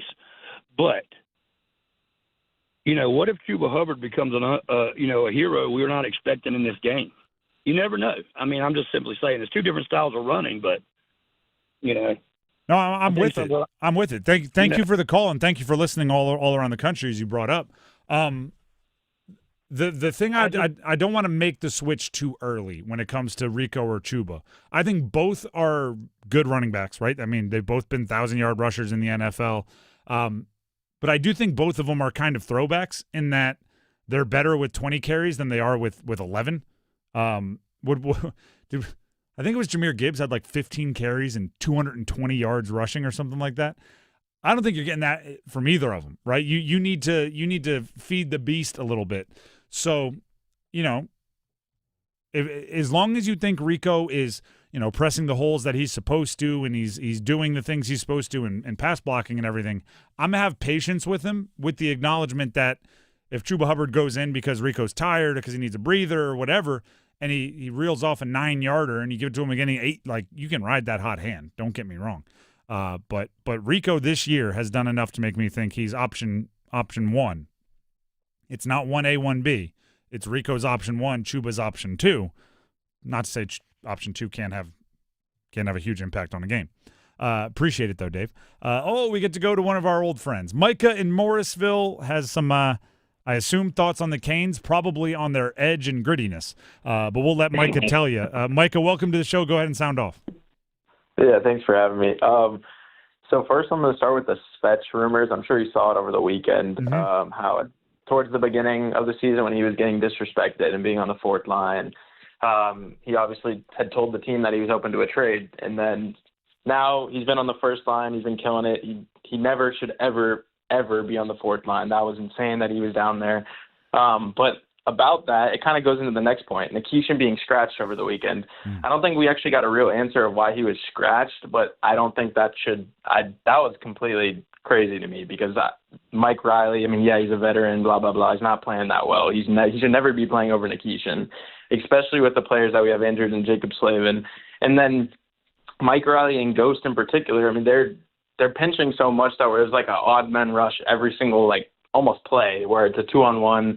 We're having to stop a 2-on-1. I don't know what's going on. It's crazy. And then lastly, I don't want to be mean, but Jankowski, I'm seeing number 77 on the ice way too much. And I know it's because Jordan Stahl was hurt and KK's out, but they got to do something. Stankoven is literally half his size and plays with more grit, brings literally – I don't know what Jankowski brings. I guess that's a question for you. What does he bring? I don't think he brings anything. I don't even think penalty killing is a thing. So I guess the question for you guys, what does Jankowski bring to the team? Okay, there's a lot to break down there, Mike. I do want to ask just one quick thing on the first thing you mentioned before we dive into a few answers. Yeah. You'll acknowledge that Svetch wasn't playing his best early in the year, right? Oh, yeah, but not to the fact that he should be on the fourth line. But no, I'm not saying he should be on the fourth line, but he went to the fourth line, then he came back up, and what has he been doing since then? But I would argue that the reason that happened is because he was on the third line. I think the fourth line was doing nothing for him. I like when I see a player so starkly like have two different streaks of not great play and then great play, whatever happened between those two streaks, I have a hard time arguing with. Yeah, I just think there's always been something with Svetch, though. It's unfair. It seems like for example, like Jackson Blake, he's been playing well the whole season, but there was a part at the beginning of the season where he's taking crazy penalties. Like if Svetch was doing that, he would have immediately been sent down, and it just doesn't seem like it's fair to Svetch. I feel like Svetch is always the odd man out, and it's weird to me, and I'm not surprised the rumors came up. All right, appreciate the call, Mike, as always. We'll dive in quickly here to a few of those answers. Actually, no, you're right. I was going to say we might be talking next segment, but nope. Dennis, what do you make of Nikishin not drawing into the lineup? What was that, Friday? Yeah, Friday, I think it was, and this is my honest opinion, I think Rod looking at him and saying, you just need a day off. That's agree. Just really it, because he's playing way more minutes. I talked to Rob one-on-one about 2 weeks ago, and I asked him about Nikishin, about all the minutes and stuff that he is playing, and he said that Nikishin is still learning and is learning what it takes to win on a daily basis in the NHL, just physically what it takes and everything. And it just, there's such more physical demand in the NHL, and especially the way the Canes play, a very physically demanding style, that for a young guy still coming in, hey, just take a day off, put your feet up just so we can have you rested and ready to go. Remember, there's a little illness going around. Remember, let's not forget, Dominic Vansori was called up and didn't play because we were told that someone's kind of feeling it a little bit, might need Dominic Vansori. Maybe that guy was Nikishin. We're not entirely sure.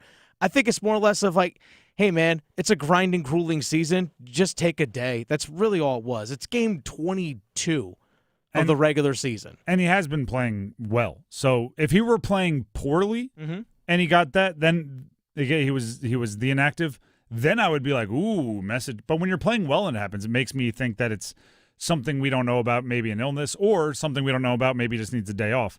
And then the last point I'll make is I think this whole conspiracy was even built up even more because Stahl couldn't go the next game, so they went 11-7 with 7 defensemen because it still allowed everybody to go, they still have Riley over him, when I believe he would have taken a day off, played against Buffalo, and somebody else would have drawn out of the lineup. And they won that game too. And they did. Let's not forget that either. They did. I said the overreactions to that were just kind of mind-boggling to me. I mean, I do think it's interesting because, like, we sat here on whatever day that was, Friday before the show, and actually we were out at the Villanova Center and between Carter Finley. And at one point you asked me, all right, if Chatfield is back, who are you sitting? And later on in the show, I asked the same to you. And, like, it was a conversation. We both said Mike Riley. That's who we would make the inactive. So it's something to talk about. I don't think it's something to start conspiracy theories about. I think it's more just, all right, Nikishin drew out. That's an interesting decision. Here might be why. And then Mike Riley had a turnover that everybody was mad about, so it just kind of added all the fuel to the fire. Heaster Automotive Group hotline open for a Monday sound off. We have a few more we want to get to here before the end of the segment. Topher in Raleigh wants to sound off on the Panthers. Topher, welcome to the show. Go ahead and sound off. What's going on? I think on the Panthers side, playing against the 49ers, I think we have a lot of depth, and I think we've always had depth.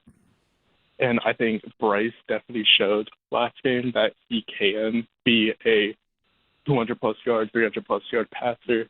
It just depends upon the situation he's in. And I think that he needs to find that groove. And I think the Chuba Hubbard and Rico Dowdle combo is going to make it really tough on the 49ers, because you can't really put all your eggs in one basket like how you could have done the past couple of weeks with the Panthers running game. So that's just kind of what I'm thinking, and I think that's why we're going to give them at least a hard time.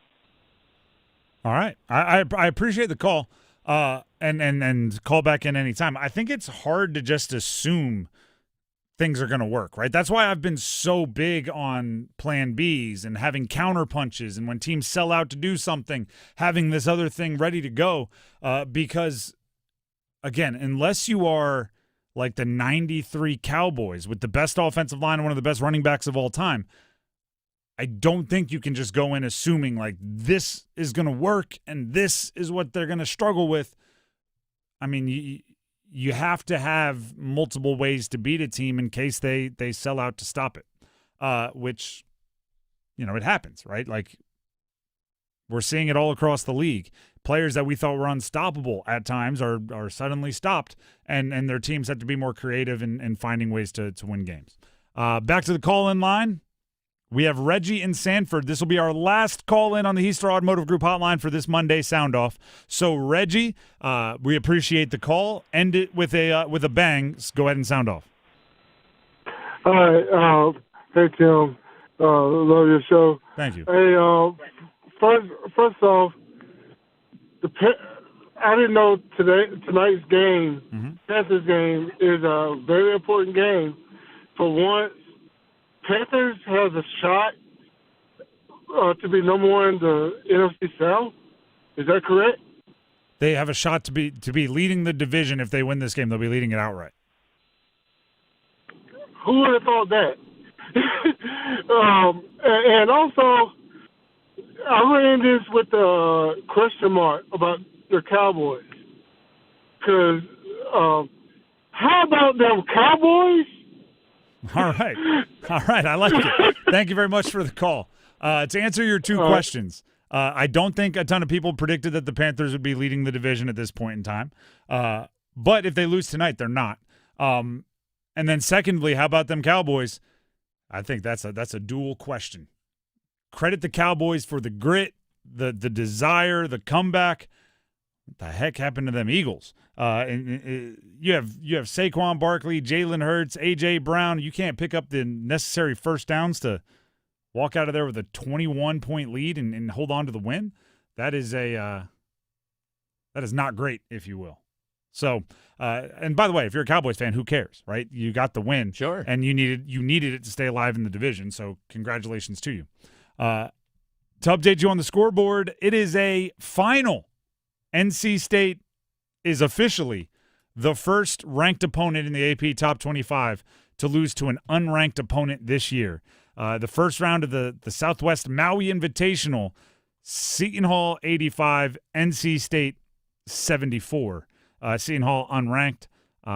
For the Wolfpack, There's some things we're going to react to here.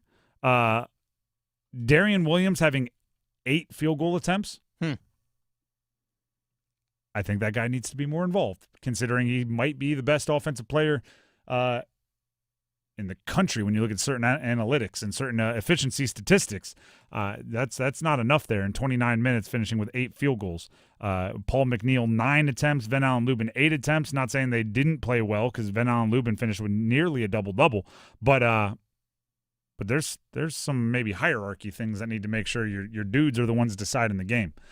Seton Hall, 85. NC State, 74. That is a final score from out in Maui. When we come back, Duke beats Carolina on the football field. How did they pull it off? What are the biggest takeaways? And what does each team have to do in their final week of the year to make their season a little bit more palatable? Stick around. Move your sports day forward. The harvest of the transfer portal and recruiting has proven dividends for all of the Triangle College basketball teams. And I'm also including NC Central in that conversation. I see you, Gage Lattimore. Is it sustainable for all of them? Right now, it's easy to recover from the stumbles, but you want to make sure you don't fall flat on your face. Get set up. Join Next Up with Paul Ihander. Mornings at 9 on 99.9 The Fan, the Triangle Sports Leader. Come see Atlantic Spas and Billiards' brand new showroom. More wellness to experience with state-of-the-art Tilo saunas to see, more hot spring and Caldera hot tubs to sit in, and a full-service billiard and dart pro shop. Shop for awesome holiday gift ideas from grills to game tables. Outdoor recreation takes center stage with ping pong, foosball, pool tables, and more. Remodeling floor models and demos available for great pricing. Shop now and experience the beautiful brand new showroom, Atlantic Spas and Billiards, Glenwood Avenue, Raleigh, AtlanticSBNC.com. Looking for the perfect holiday gift? Discover Omega at Bailey's Fine Jewelry in Raleigh's Village District. Whether it's the Speedmaster, Seamaster, or DeVille, these exquisite Swiss watches capture the joy of every moment. Celebrate time well spent. Visit Bailey's Fine Jewelry, where Raleigh shops for Omega. Global Golf, home of the best deals in golf, is Black Friday dealing this week with an additional 15% off all pre-owned clubs. Golf bags starting at $100, apparel starting at $15, golf shoe deals starting at $50, and great savings on GPS watches and rangefinders. Get these special deals and more only at the Global Golf Outlet Store located on 7320 ACC Boulevard, North Raleigh. Open Monday through Saturday, 10 to 6. Global Golf, home of the best deals in golf. Welcome back to Winter Hack Radio, the place for clever hacks to survive the season. Icy driveway? Well, try spreading sand or birdseed to help with traction. Snowy puppy paws? Well, grab a whisk, brush it off, done. Catch COVID-19? Well, just get... Actually, there's no hack for COVID-19. But if you test positive, prescription medications for COVID exist. Ask your doctor if they're right for you.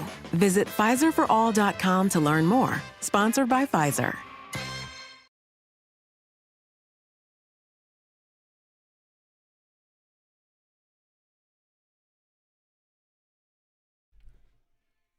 The Drive with Tim Donnelly, 99.9 The Fan. Duke football beat UNC 32-25. And the reason why it is more than a couple of points, or the reason why UNC didn't find a way to win, you could argue is because Manny Diaz had just unbelievable intestinal fortitude and called a fake field goal. There are fake field goals, and then there are fake field goals. And what I mean by that is, you're up 9, getting ready to kick a field goal to go up 12. You call a fake field goal, goes from, the field goal would have gone from 2 scores to 2 scores. You know what I mean? 2 touchdowns beats you either way. What did you really risk?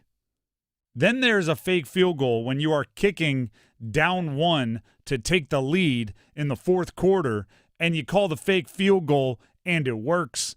That, ladies and gentlemen, is a fake field goal.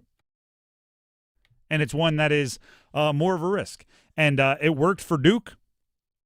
Got them down onto the goal line. They end up scoring the touchdown, and it ends up being the difference and giving them the win in a rivalry game. It's pretty darn big of a call, and a game where, in a lot of ways, it kind of played to a stalemate, right? And for as much as we've been hard on the UNC offense, they kept pace, right? For as much as we've expected and or hoped for Duke to put all their potential together, they didn't pull away. And when it comes down to kind of that stalemate-style game, maybe it's whichever coach feels the right moment to take a chance. We still have that audio, right, of Manny Diaz? Here's Manny Diaz talking about the decision to go for the fake. We felt, we felt like it was there, and we had seen evidence, through the course of the game that it was there. They were rushing hard. We had invited a little bit. We didn't block great on the wing last week. There was a play we put on tape. So we suspected that we'd get heavy rush off the wing, actually the roughing the kicker. I mean, our field team actually created 2 huge plays in the game, right? The roughing the kicker in the first half that, we got 7 off of that, and then the 7 we got at the end. I just didn't love. I mean, we're down by 1 and you kick and you're up by 2, and I would rather be winning than losing, but up by 2 is not great, right? Like a field goal beats you, so it didn't necessarily feel like a gamble. It felt like something we felt like would be there, and I just felt it was really important for us to try to cash in on a play that could potentially get us a touchdown, and so that's exactly what happened. It was a winning call. It was a winning call, and those are the calls that I think you got to be you got to look some players in the eyes. Those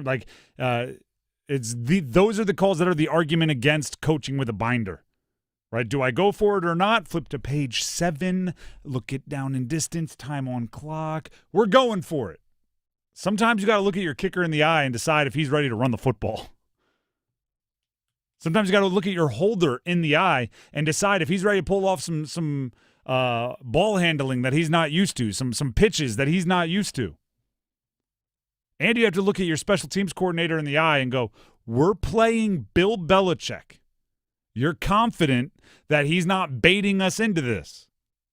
You're confident that he's not sending the edge all willy-nilly as if he's not seeing anyone go to the outside, only to have a safety come flying around the outside on the next play. We're not about to get Malcolm Butlered, are we? And it worked to perfection, and they won the game. It's a good moment for Manny Diaz. And I think in a Bill Belichick coach game, it was special teams that hurt Bill Belichick. It was special teams that hurt Bill Belichick. Because remember, there was the roughing the kicker that extended a drive, and they scored on the very next play with a kind of a little bit of a wacky formation. Duke did. I was like, that's smart coaching.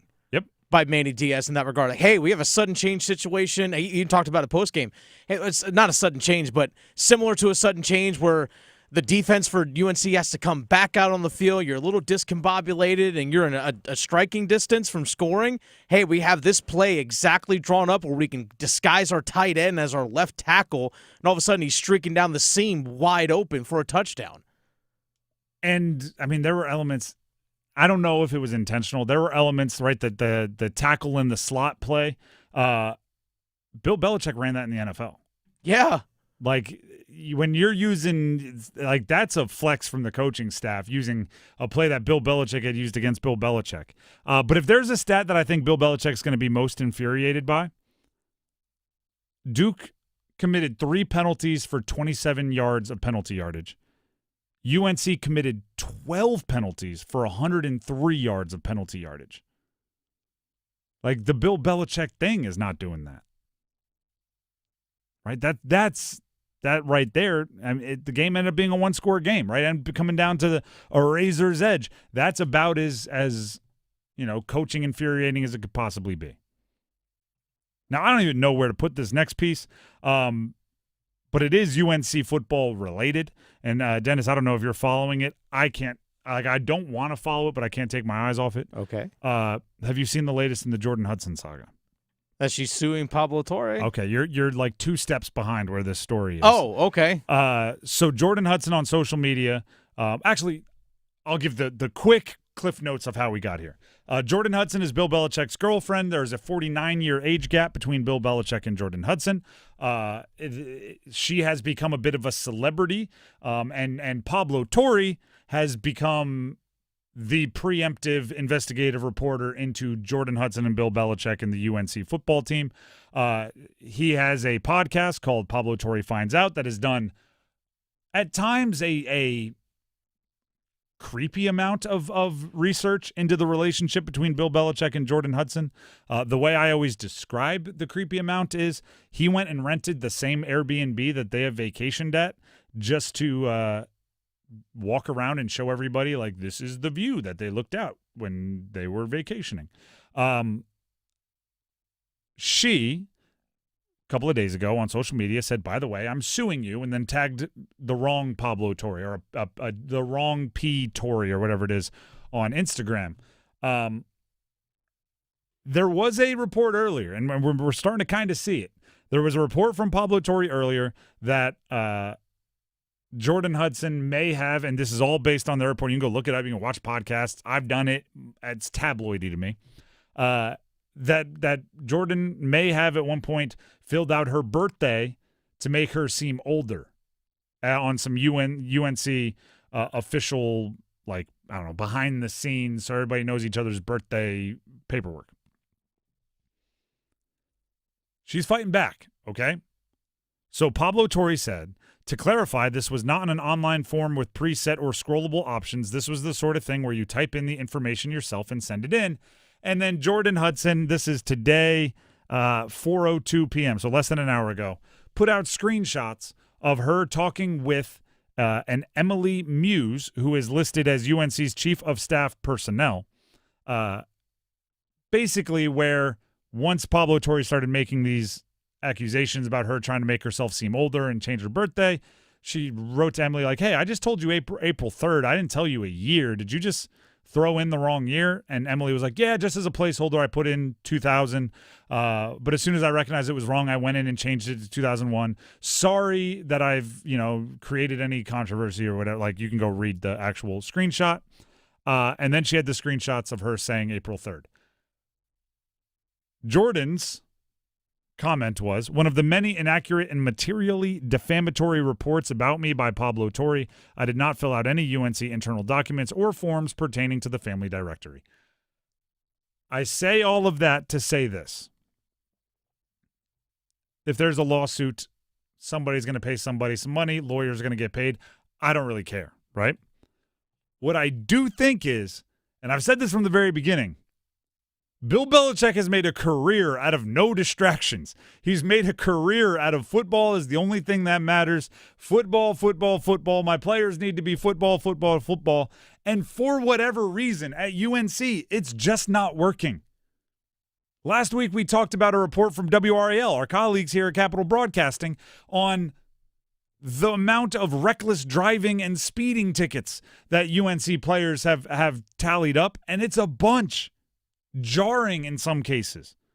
4 reckless driving on one player. Over 100 miles an hour, a whole bunch of stuff. And now there's going to be a lawsuit between the guy that used to be on Around the Horn and Jordan Hudson, the girlfriend of Bill Belichick. It's just every time it's so jarring to me that it's gotten to this point of whatever it is, the circus, whatever you want to call it. I guess my goal or my hope is that the truth shall set everybody free. You never want anybody being talked about incorrectly or like in a non-truthful way. So hope it all comes out in discovery of whatever lawsuit they're going into. But I feel like the Bill Belichick situation, coaching UNC, the games, the winning, the losing, the relation, all of it probably leads the country in people saying, if you would have told me this is how it would have went 5 years ago. Like, that's all everybody. If you would have told me 5 years ago, Bill Belichick would need to beat NC State at the end of the season to potentially squeak into a bowl game on APR, the Academic Progress Report, being one of the top 5 win teams in the country. I wouldn't have believed you. Like, everything is just, if you would have told me 5 years ago about Bill Belichick, I wouldn't have believed you. He's on to Wake Forest. Like, I wouldn't have believed you. Crazy. But I do encourage you, again, if you are intrigued at all, go read them for yourself, because there's nuance and all that. The Drive with Tim Donnelly, 99.9 The Fan. We do have the starting five coming up next here on a Monday, so stick around for that. Not going anywhere.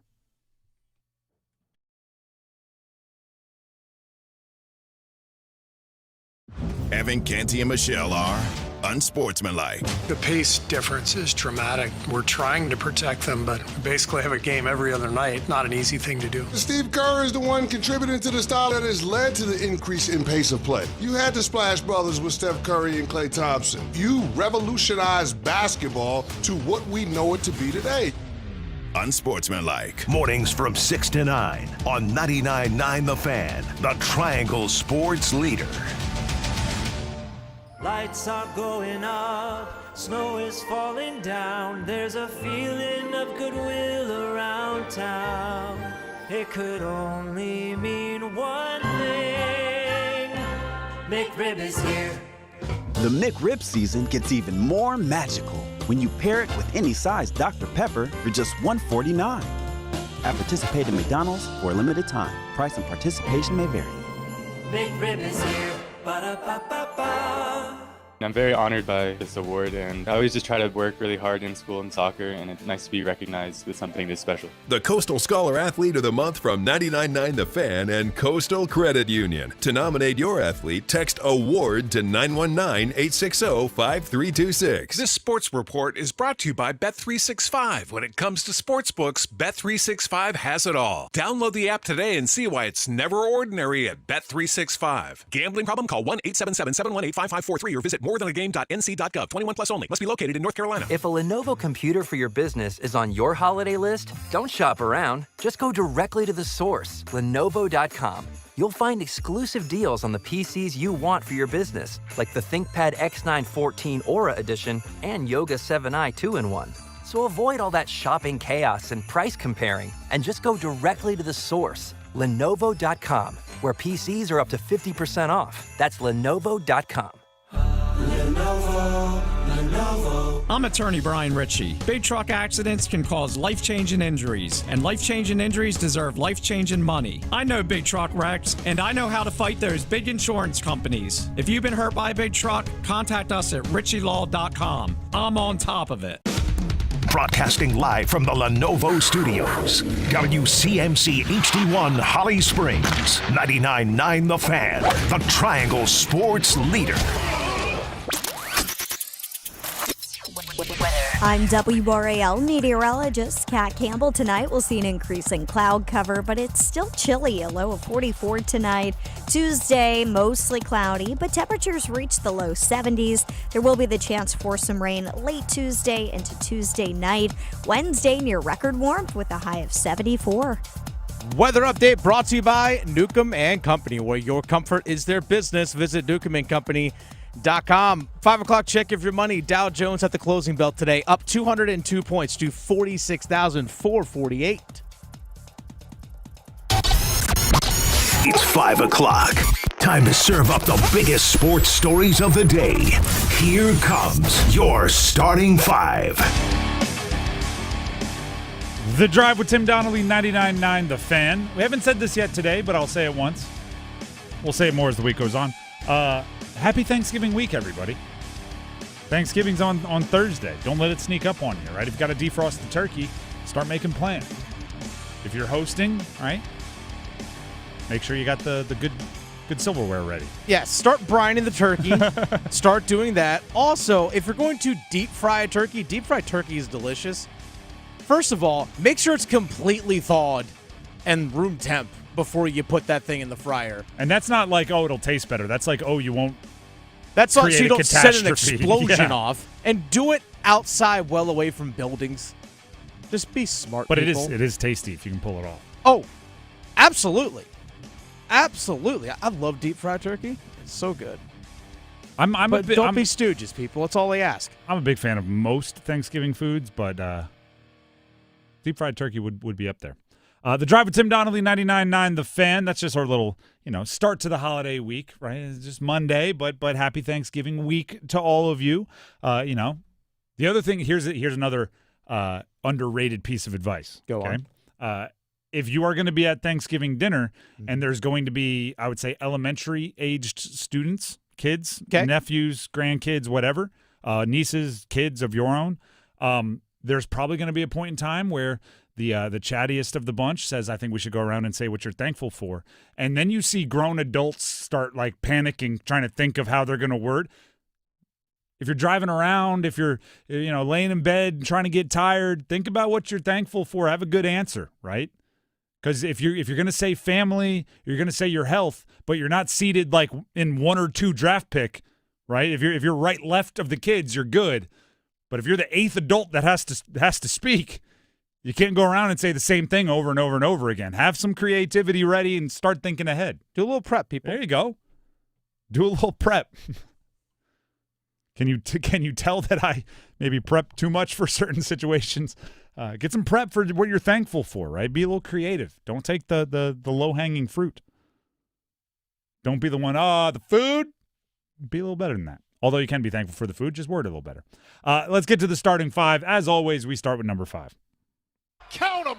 1, 2, 3, 4, 5. Leaves it off right for Trey Holloman. Throws it to Williams up top. Alley-oop. And it's dunked in by Lubin at the left basket. 2-0. A backdoor cut by Lubin and an assist for Darian Williams. Yeah, backdoor cut and a nice back screen and a nice lob play. And that's what NC State needs to do is get off to a great start. That's from today, right? NC State has already played a basketball game out at the Maui Invitational. Started early on the islands of Hawaii. And it didn't go well for NC State. Going into the game, ranked teams in the AP top 25 were 96-0 this year against unranked teams. State had climbed up to number 23 in the AP poll. Seton Hall was unranked. Seton Hall won 85-74 over NC State. Which, by the way, in a time in a era where net ranking is so important and quality of opponent is so important, when you play in these in-season tournaments, in order to have the best possible opponents, you have to win, right? Because now you drop down into the losers bracket. So it's a loss with ripple effects. But if we're being real, if we're being real, the concern is you just lost to Seton Hall. This is a team that has too much talent, right? Will Wade came in promising too many lofty goals. You're going to be one of the best teams in the ACC. We're going to be in the NCAA tournament. We're going to be a top seed. We're going to be this. We're going to be that. We're not waiting. We're not rebuilding. We're going to win. And we're going to win now. Well, you started 4-0 and lost to Seton Hall. And I look at it, and right, the game started at 2:30 Eastern time. So, I've been on air talking everything that you've heard me talking about. So it's not like I've been able to watch and dissect every play.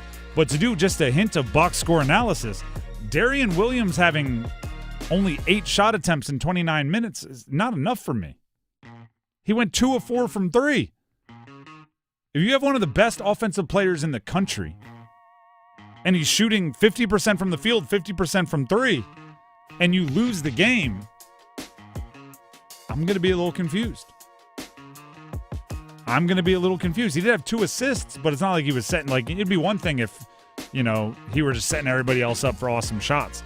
I need more from Darian Williams. And that's, by the way, heavy lies the crown. That's what it comes with being a preseason ACC Player of the Year, a preseason All-American in many cases, right?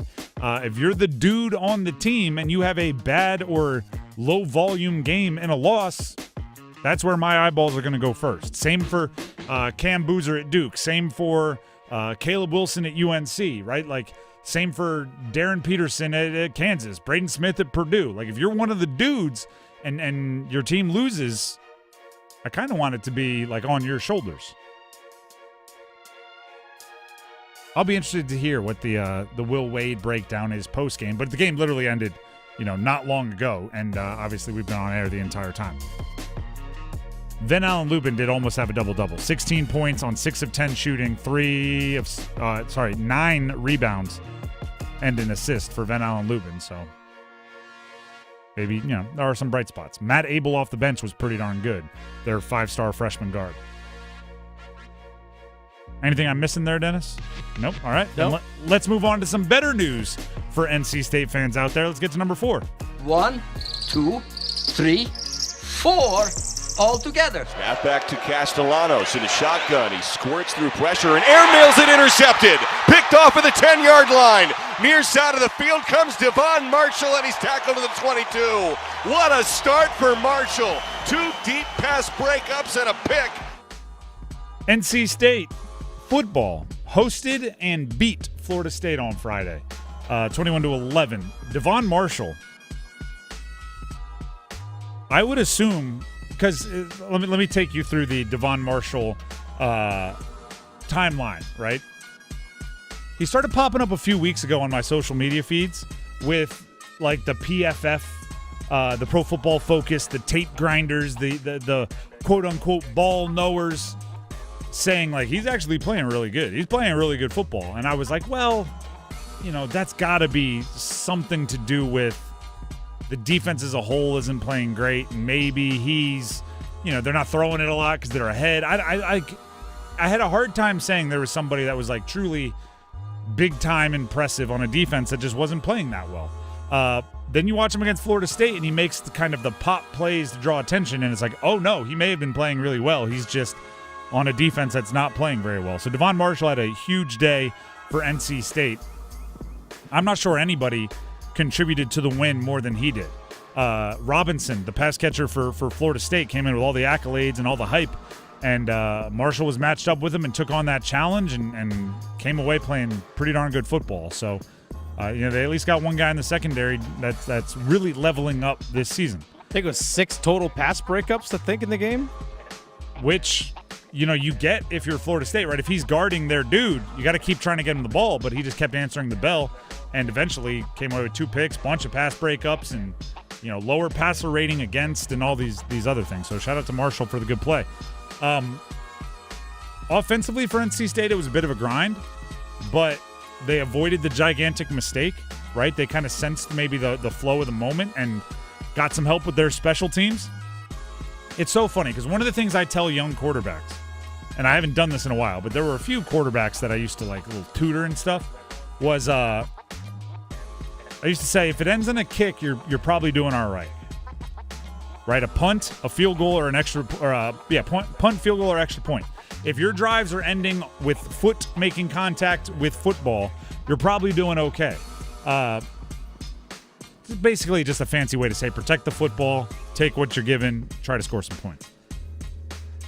There was no better play for the NC State offense almost than the punt. But you got to take advantage of it, right? If Florida State is going to give you the goofy, the blooper, the wild world of sports plays, you still have to take advantage of it, and they did that. From a Florida State perspective, we could go back and find it on Friday. I mentioned a whole bunch of times on Friday that, I'd pretty much only watched from like start to finish for Florida State, the Alabama game. And then I looked at their stats coming in. I'm going like, I don't know how they're 5-5 coming into this game, right? They average 100 more yards per game than their opponent. All but one opponent they had outgained in yardage by 40 or more. Like they were dominant in many statistics, yet they were 5-5 and had lost a bunch of games. Then you're watching them play against State and you see goofy plays like a punt hitting a player's helmet and ricocheting 30 yards to the punter, and you go, oh, I get it. That's how it happens. They find creative ways to lose games when they're even moving the ball. Or you see, interceptions and things. It's like, I gotcha. There it is. But as we've said with the Panthers, if a team's going to give you a win, you got to accept it, right? If somebody's going to toss you a nice softball win, you still got to make contact. And NC State did that, bowl eligible, going into the UNC game at home. It'll be a really fun end cap to the regular season. Speaking of UNC, Let's get to number 3. Instead of throw on first down, over the middle, there's 85, Hazley into the end zone, touchdown! Jeremiah's got his second touchdown of the season. So Duke beat UNC in that version of a rivalry game, 32-25. We've talked about it a lot from the Duke perspective, right? Manny Diaz with some real, intestinal fortitude calls. The offense for Duke, I wouldn't say was great, right? But they're up against the defense that was playing pretty well in UNC. Darian Mensah didn't light it up like we've seen him do at times, but with some crafty play calling and some timely plays, they were able to get the win. Dennis, you look like you got something to say. Well, yeah, I was thinking just the offense for Duke. I thought Carolina's defense, like you said, played well because they tried to hit a bunch of these underneath and stuff to the flats, and Carolina was coming up and making good open field tackles around the line of scrimmage. There was a lot of passes that were resulting minus yards for Duke on Saturday. And that does go along with what we've been saying from UNC's defense improving over the year. Yet, they still weren't able to pull out the victory. Special teams, penalties, details, the things that would really frustrate a coach. So let's hear from Bill Belichick, who summed up the loss to Duke like this. Proud of the effort everybody gave all week and tonight. Obviously came up a few plays short, and it's disappointing. But give Duke credit. They made a few more plays than we did at critical times, and ultimately that was the difference in the game. So just keep grinding here, go back to work, and be ready for state next week. But just made too many mistakes, too many bad plays, obviously too many penalties. There was a clip on the broadcast after the fake field goal where they put the camera on Bill Belichick, and he blinked and moved his face enough so you knew it wasn't a still image, but he really didn't move for a while, almost as if would have been appropriately soundtracked with a "Hello Darkness, my old friend." He was just staring, and I could almost hear not hear his thoughts, because who knows what's going on up there. But I would guess he was thinking the same thing I was thinking, which is those details for so long. There it is. Talk with you again. Those details, not having a tell on your field goal block, or what he made his calling card for decades. Now he's coaching 20-year-olds, and one of them on tapes, he's flying off the edge a little too aggressively trying to get the field goal block. And that's all it takes. He just stared. In restless dreams I walked alone. And then he was snapped out of it because he immediately in the postgame had to start talking about how the NC State rivalry is different, and he had to answer those questions, and this one means something. It didn't take him that long to figure it out, and everything else, because they have another big game coming up this week. I do want to give him a chance to explain what went wrong on the fake field goal. So maybe this is actually what was running through his brain when I thought it should have been scored by "Hello Darkness, my old friend." Here's Bill Belichick. Bill, Duke's kicker Polino came in, I think, 68% on field goals. Did you ever think there was a chance of fake? There's always a chance of fake. What do you think was the biggest mistake there on that play then? That we didn't have it covered. Oh, there it is. I've said on this show a bunch of times, I was a holder in college. It's not that hard to know. If somebody is crashing off the edge and has absolutely no respect for a fake, you go to the sideline. They never called it for me, but I would go to the sideline going, just so you know. They have absolutely no awareness if I were to pick this bad boy up and run.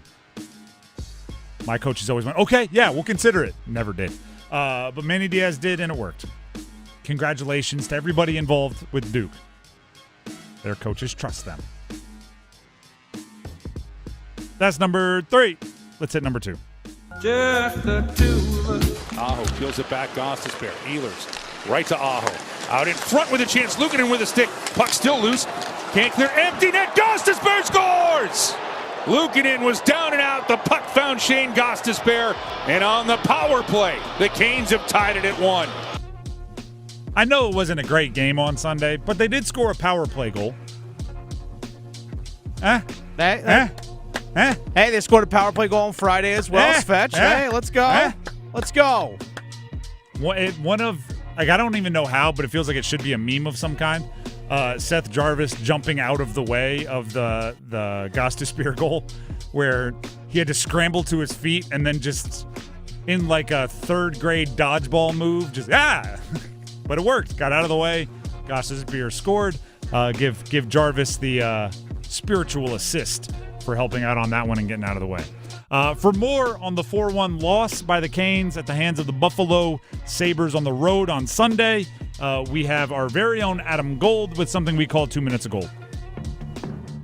Hey, it's Adam Gold, and I've got 2 minutes for 2 elements of a game in which Carolina did not get 2 points, didn't get any points in Buffalo, and it's all brought to us by Parkway Sleep Health Centers. They'll help you get good rest faster and with the care you deserve. And with Thanksgiving coming up, the tryptophan's going to set in, and you want to sleep well. All right, so here's what I'm thinking about coming out of the 4-1 loss in Buffalo to end this 4-game road trip. 2 elements that I think are encouraging. The first is the power play has looked better, and it just needed some validation that it was looking better, and it got it in the last 2 games. We had Andrei Svechnikov power play goal in the win in Winnipeg, and Shane Gostisbehere came through on a short one in Buffalo. Aho peels it back. Gostisbehere. Ehlers right to Aho.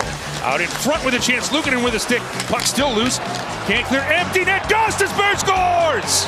Luukkonen was down and out. The puck found Shane Gostisbehere. And on the power play, the Canes have tied it at 1. It looks great when you move the puck around, and Carolina's actually been better at that lately. They just haven't had a ton of opportunities on the power play, but maybe it's starting to come around. It certainly has looked better. And here's what else looked better, even in the loss. And I know statistically speaking, you will look and you will see, 21 shots on goal, 3 goals allowed. Freddie Andersen wasn't any good. You would be wrong. You would be somebody who is dependent only on a stat sheet to decide whether or not something was successful or not. I'm here to tell you that was the best Freddie Andersen has looked in a while. Even in some games where he's had favorable statistics, I think this was good Freddie. Now here comes Buffalo dragging. Andersen with a save. Rebound followed up, and Andersen gets the denial there. Zucker will come outside of the net, and Andersen! What a save. Oh, Mr. Andersen, how did he get a piece of that? And honestly, the best thing coming out of the game was that Andersen looked like Andersen. He didn't look slow. The goals he could do nothing about. They were really about players in front of him more than anything else. So that's what I'm taking out of this, especially with Pyotr Kochetkov, a little bit banged up. Nice to know that Freddie Andersen looks like he is becoming Freddie Andersen again. And that's my takeaway from a 4-1 loss to the Buffalo Sabres. From sleep studies, CPAP machines, and supplies without the long delays you'll find at other sleep centers, it's Parkway Sleep Health Centers. Sound sleep, sound health, Soundoff for a Thanksgiving holiday. Thank you once again to Adam Gold for 2 minutes of gold, all about the Canes game on Sunday. Their next game Wednesday, where they host the Rangers, the night before Thanksgiving. Means a lot of college kids back in the area, back home, will be getting rowdy and watching a Canes game. Right, the Wednesday before Thanksgiving, that's the thing, right? Nah, I'm cool, I'm hip, I know what's going on. Maybe not. That's number 2. Let's get to number 1. Go one! Bryce the snap. Time of the pocket. Going deep. Down the left side for Leggett. Makes the catch. Touchdown! Carolina! You wanted the big play. You got the big play. Giddy up. 36-yard touchdown catch from Xavier Leggett. The Carolina Panthers play tonight on Monday Night Football against the San Francisco 49ers out in Cali. They are on the road. It is a big game for a bunch of different reasons. With the Bucs losing last night to the Rams, if the Panthers win, they are alone in first place in the division. If the Panthers beat the Niners, they are in solo possession of first place of their division, which would go without saying. It would be the latest into a season that they've led the division since at least 2017. And just so you know, we're in 2025. So it's been quite some time. Would you have thought the way they started the year looked bad against Jacksonville to start the year? Next week against Arizona looked bad. You had the 30-0 win against Atlanta, but then you look terrible as well against the New England Patriots. Get blown out. You're 1-3 to start the year, and your offense really overall doesn't look good in a lot of games. Even against Miami, who's not a good team, you had a bad start, and that's where you kind of discovered Rico Dowdle was good. It's just, would you have thought after 4 weeks that the Panthers would be in this spot? No, and also I would put this out there. I want to say through 5 weeks, the Bucs had won 5 games on game-winning drives, and Baker Mayfield was one of the betting favorites to win MVP. So not only have the Panthers turned their season around and found a way to win games ugly, found a way to win games, when parts of their offense weren't working, they were winning anyway. The Bucs have also come back to them in the opposite direction with a handful of losses consecutively, 3 or 4 of them in a row now. So no, I would not have expected them to be here. As I said earlier, this changes goals. This changes your expectations. I talk about this a lot with sports in general, where you set a goal and as soon as you achieve it, you're on to the next, right? For those of you that know, like my cousin is Mike Glennon, and he comes on the show, friend of the show, all that stuff, NC State, 10-year NFL veteran. He was a backup quarterback for a long time in the NFL. And the whole, backup quarterback, best job in the world, it's true, don't get me wrong, right? Money and all that kind of stuff. But also, I get frustrated by it because I'm like, yeah, but as soon as you're there, you're still ambitious. Right? If you would have gone to high school, or not even high school, middle school me, I would have said my goal is to start at the high school level, right? Be the boys of fall, right? Let me start a high school varsity game. Then once you do that, you're like, well, actually, I want to be all conference. And then once you do that, well, actually, I want to go play in college. And once you do that, well, actually, I want to start in college. Once you do that, you're like, well, if somebody wants to have a pro day, I want to try to make the next. Every time you achieve a goal, you don't go, gosh, 12-year-old me would be so happy. Right? So think about that from the Panthers' perspective. At the beginning of the season, my big lofty goal for them was to play meaningful football in the last month. We knew where they had their bye. It was week 14. And we knew they had 4 games after it, and 3 of them were in the division. My big and lofty goal was make those games matter. Don't be mathematically eliminated in most of those, right? Make those games have weight to it. Because then even if you don't make the playoffs, you have experience playing in important games. Well, guess what? They've done it. Those games will matter. They are tied atop the division right now in week 11, and the Bucs are not running away with it. They play the Bucs twice after the bye. Those games are going to be important. Whether they win or not, they're going to play high leverage, high value football in December. But guess what? You don't go, great. Before the season, that's what I said I wanted. Now I'm done. No, you go on to the next goal. I think the goal is to win the division. Is it crazy? Maybe. But you're there, right? If you win tonight, you're in sole first place in the division. So, yeah, the goal is now to win the division. Week 14 and beyond will matter. So what's next? Win the division. Dennis, I'm putting you on the spot here because I just like asking this question of people. We need an if-then statement for the Panthers. If blank happens, then the Panthers beat the San Francisco 49ers tonight, wrestle away control in the division, and announce their presence to the football-loving world. If Rico Dowdle has more than 25 carries, they win. More than 25? Yeah. Now, are you saying it's because they that's kind of a chicken or the egg thing, right? Because 25 carries, you're saying that they're in it, it's close, they don't have to throw from behind, and also you like Rico.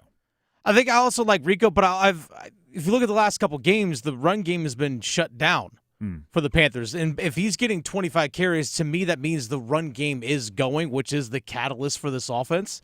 And I think that's also, again, I think it kind of leads into the mindset of, just like they had against Green Bay, try and shorten the game as much as possible. The less that you have George Kittle and Christian McCaffrey out there on the field for San Francisco, the better it is for the Panthers.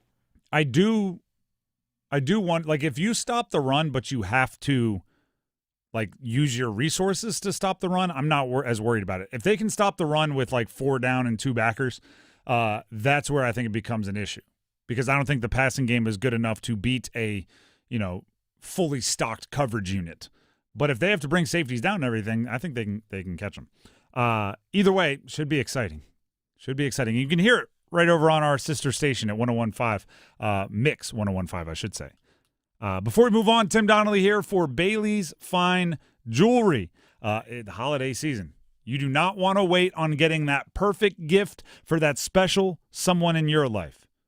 So go to Bailey's Fine Jewelry right now. Check out the Fox and Bailey Watch Shop. There might be that dream watch that your significant other has wanted forever, and you can make this the holiday season where you give it to them.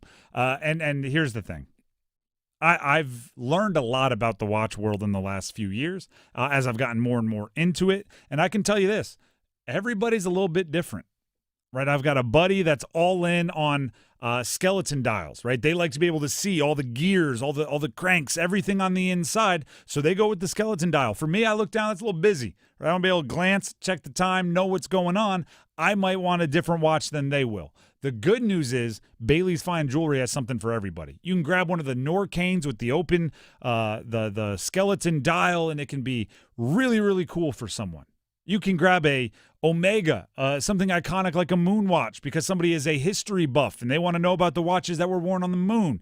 You can grab a pre-owned or vintage Rolex for somebody that watches the red carpets and loves the pomp and circumstance that comes with a rare Rollie. There's something for everyone, and that's kind of the deal, right? When you're looking for gifts for the holidays, you don't want to just get something expensive or luxury. You want to get something that shows thought and effort, and also might be pretty darn expensive and luxury, or pretty darn luxury, regardless of the price. Fox and Bailey Watch Shop and Bailey's Fine Jewelry can answer that request.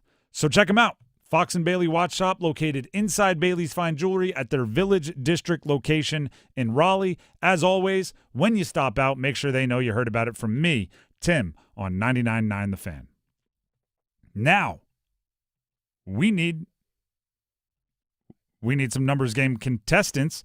Dennis, you just told me that we're working on the prize. We have a new prize for today. I believe it is, I don't want to say it out loud in case I'm wrong and get people excited. I believe it's alpaca chicken. It is, actually. All right. For your chance to compete in the numbers game and win a $30 gift card to Alpaca Chicken, legendary flavor, hometown pride.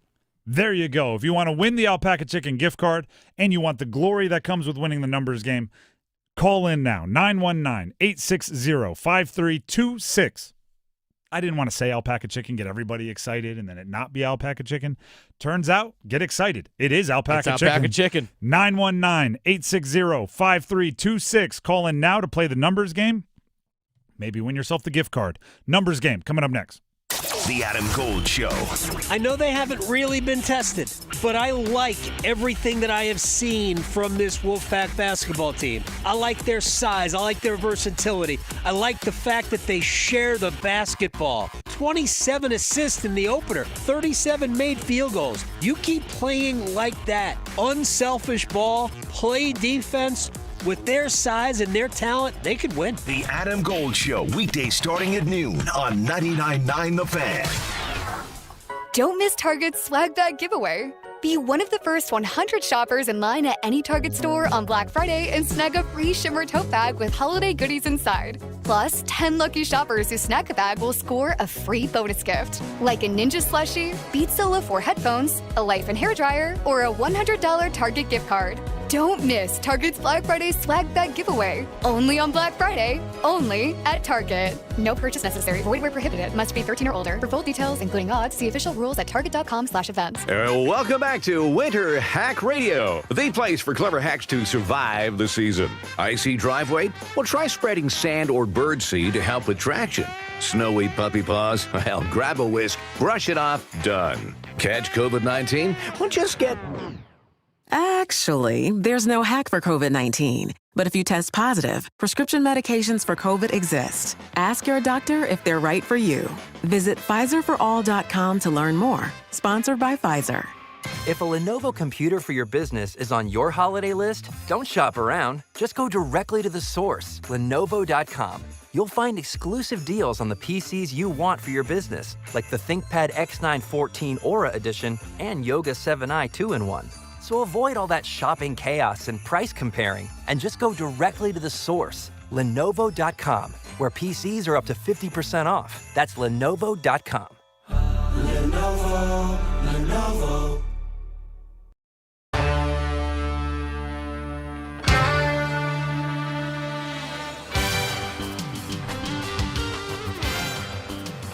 The Drive with Tim Donnelly here on 99.9 The Fan. It is time to play the numbers game. Prize for today, $30 gift card to Alpaca Chicken. Legendary flavor, hometown pride. Alpaca Chicken. The contestants, Chase and Clayton and Hunter and Raleigh, as always. We'll bring each of them onto the show, ask them the same question. Dennis will listen intently. He will pick his favorite answer, and that person will get to go first. We'll start with Chase and Clayton. Chase, can you hear me? I can. All right. It is a Monday. That means the weekend just wrapped up. What was the highlight of your weekend? But because we're a sports show, do your best to keep it sports related. My highlight is our Wolfpack taking that W for the Florida State Seminoles. That was a great game to go to. I was there with my brother, so that was fun. All right. Wolfpack beating Florida State. Dennis, any follow-ups?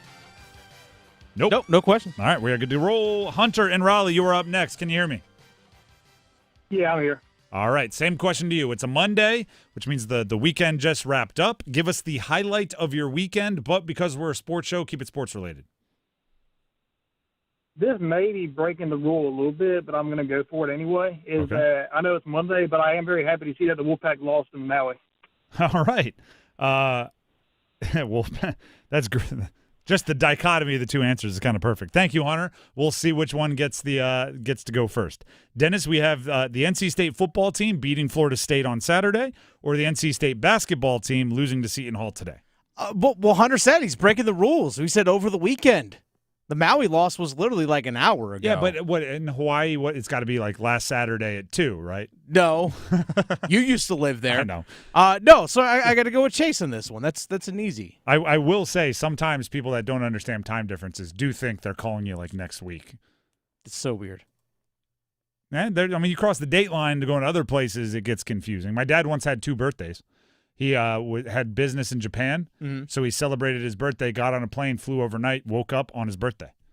Nice. How crazy is that, right? So time travel is possible in weird ways.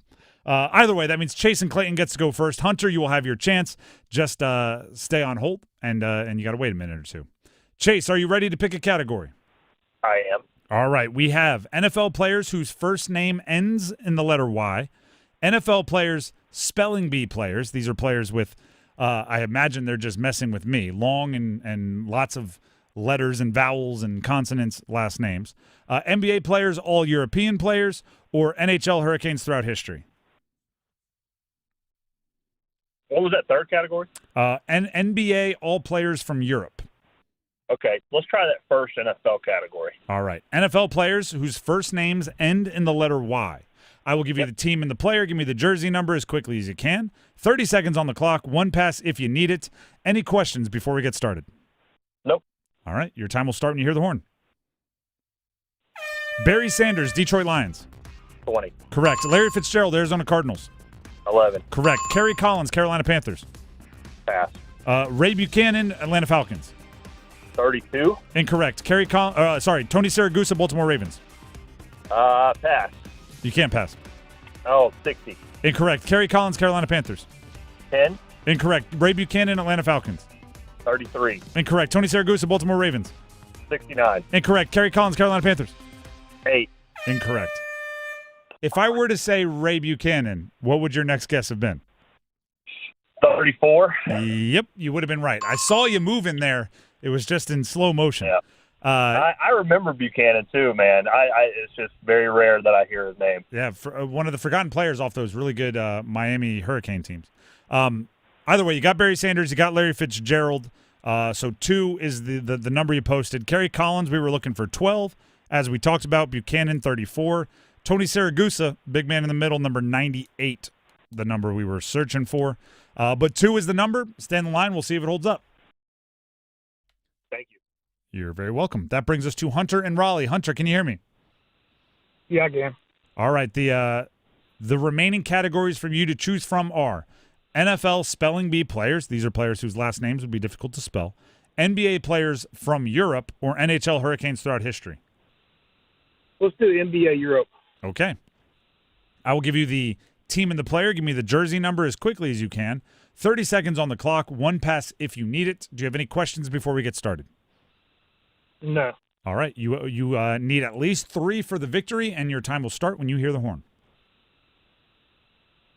Lauri Markkanen, Utah Jazz. 13. Incorrect. Kristaps Porzingis, Atlanta Hawks. 15. Incorrect. Lauri Markkanen, Utah Jazz. Pass. Santi Aldama, Memphis Grizzlies. 15. Incorrect. Kristaps Porzingis, Atlanta Hawks. 10. Incorrect. Lauri Markkanen, Utah Jazz. 14. I respect your dedication to the teens. You were hitting the teens in every direction, but we were not looking for teens, unfortunately. Lauri Markkanen, 23. Porzingis, 8. Aldama, 7. The numbers we were looking for if you're playing at home. Unfortunately, not enough for the win, but hopefully you had some fun. Thank you. All right. And that means the winner is Chase and Clayton. Chase, congratulations. Thank you. Hey, that's why you stay with the Wolfpack, baby. Oh, okay. W for them. All right. When your answers are one person says Wolfpack winning, one side says Wolfpack losing. If you win, you get to talk a little trash. So to the victor goes the spoils. Not only the trash talk, but also $30 gift card to Alpaca Chicken. Legendary flavor, hometown pride. Stay on the line, and Dennis will grab the info he needs to make sure to get your prize. Thanks, Tim. Appreciate it. Thank you as well. I can tell everybody this if you play the numbers game. I was at a tailgate because we were out at the game for the state game. We did our show live from the plaza. Afterwards, ran over to a tailgate before going up into the media booth. There were some youngsters at the tailgate. Just know if you jump on the numbers game and you don't do well, there are some elementary school kids that are tracking how many you don't know. They're coming up to me. Can you imagine they didn't know Bijan Robinson's number? They were letting me know specifically what some callers were not knowing. So, in case you needed a little bit more pressure on you when you jump into the numbers game, there is a group, at least one, of kids in the prime of kind of their knowledge, that sort of thing, right? I think everybody kind of mid to late elementary school is when you are most in tuned with like your trading cards and your jerseys and you know the numbers and everything. There's a group of kids out there, at least one group, that are judging you when you get an obvious one wrong.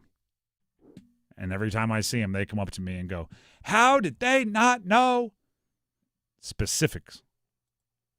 Although I don't know if any of those would be today. Some of those were a tough pull.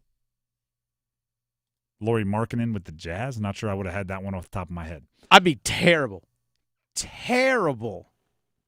I've had this NBA ones. I've had this conversation a bunch of times. NBA, I think because they don't wear helmets, you can just look at their face and know who they are, so you don't have to check out their number. I'm not great even with like Canes now hockey players because I get to know them by how they skate, like in your peripheral. You're not looking for like jersey numbers. It's like body type and skating style you recognize. Football, I think it's because they wear a helmet and they stop before every play and show you their number right coming out of the huddle. You know that a little bit more. And baseball, not good either because it's too slow. You don't need to check a number. Either way, kids are judging. That's basically what I'm getting at.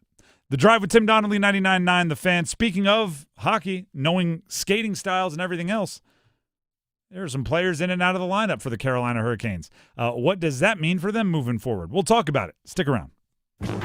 Hey, Carolina Panthers fans, it's Dennis Cox from 99.9 The Fan. For all the inside information on your team, join me and my co-host, WRAL TV's Chris Lee, for our podcast, Panthers Playbook, presented by Wake Orthopedics. In every episode, we'll keep you up to date on your Panthers, and we'll do it with access only we can provide. Locker room insight, exclusive interviews, and in-depth looks at every Panthers game. Follow and subscribe to Panthers Playbook wherever you discover your favorite podcasts or watch on YouTube.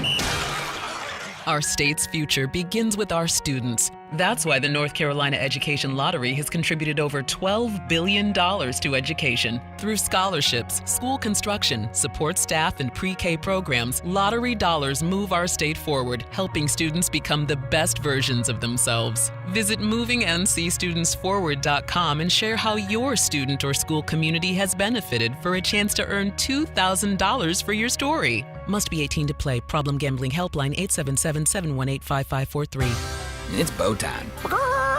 Fumbling the food on game day? Rookie move. But you know Bo can make your tailgate a winner, breakfast, lunch, or dinner. Because the Carolina Legend has everything you're craving. We're talking crispy, juicy chicken loaded with real Southern flavor, fluffy, scratch-made buttermilk biscuits, and all the fixins to feed your whole crew faster than you can say touchdown. Be the MVP this season and let Bojangles do the cooking. Order your tailgate today. It's bow time. Planning a tailgate? Then it's bow time. Bojangles has everything you need for the perfect tailgate, no matter how many fans you're trying to feed. There's the original tailgate, the super tailgate, and for a really big crowd, the jumbo tailgate special.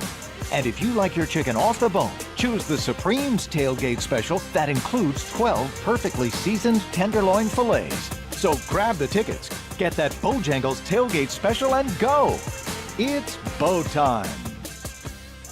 Oh, hey, welcome to gift wrapping. Whoa, Zoe Saldana. Hey, can you wrap these, please? Wow, iPhone 17s. You splurged. At T-Mobile, you can get 4 iPhone 17s on them. The new center stage front camera is amazing for group selfies. It's the perfect gift for everyone. I'm the worst. I only got my mom a robe. Well, it's better than socks. So I have to trade in my old phone, right? No, at T-Mobile, there's no trade-ins needed when you switch. Keep your old phone or give it as a gift. Incredible. In fact, wrap up my old phone too. For my Aunt Rosa. Forget that. Aunt Liz will be jealous. Sounds like my family. Drama. Oh, I got it. I'll give it to my abuela. I'll take reindeer paper with, hey, where are you going? To T-Mobile! The holidays are better at T-Mobile. Get 4 iPhone 17s on us. No trade-in needed when you switch. Plus 4 lines for just $25 a line.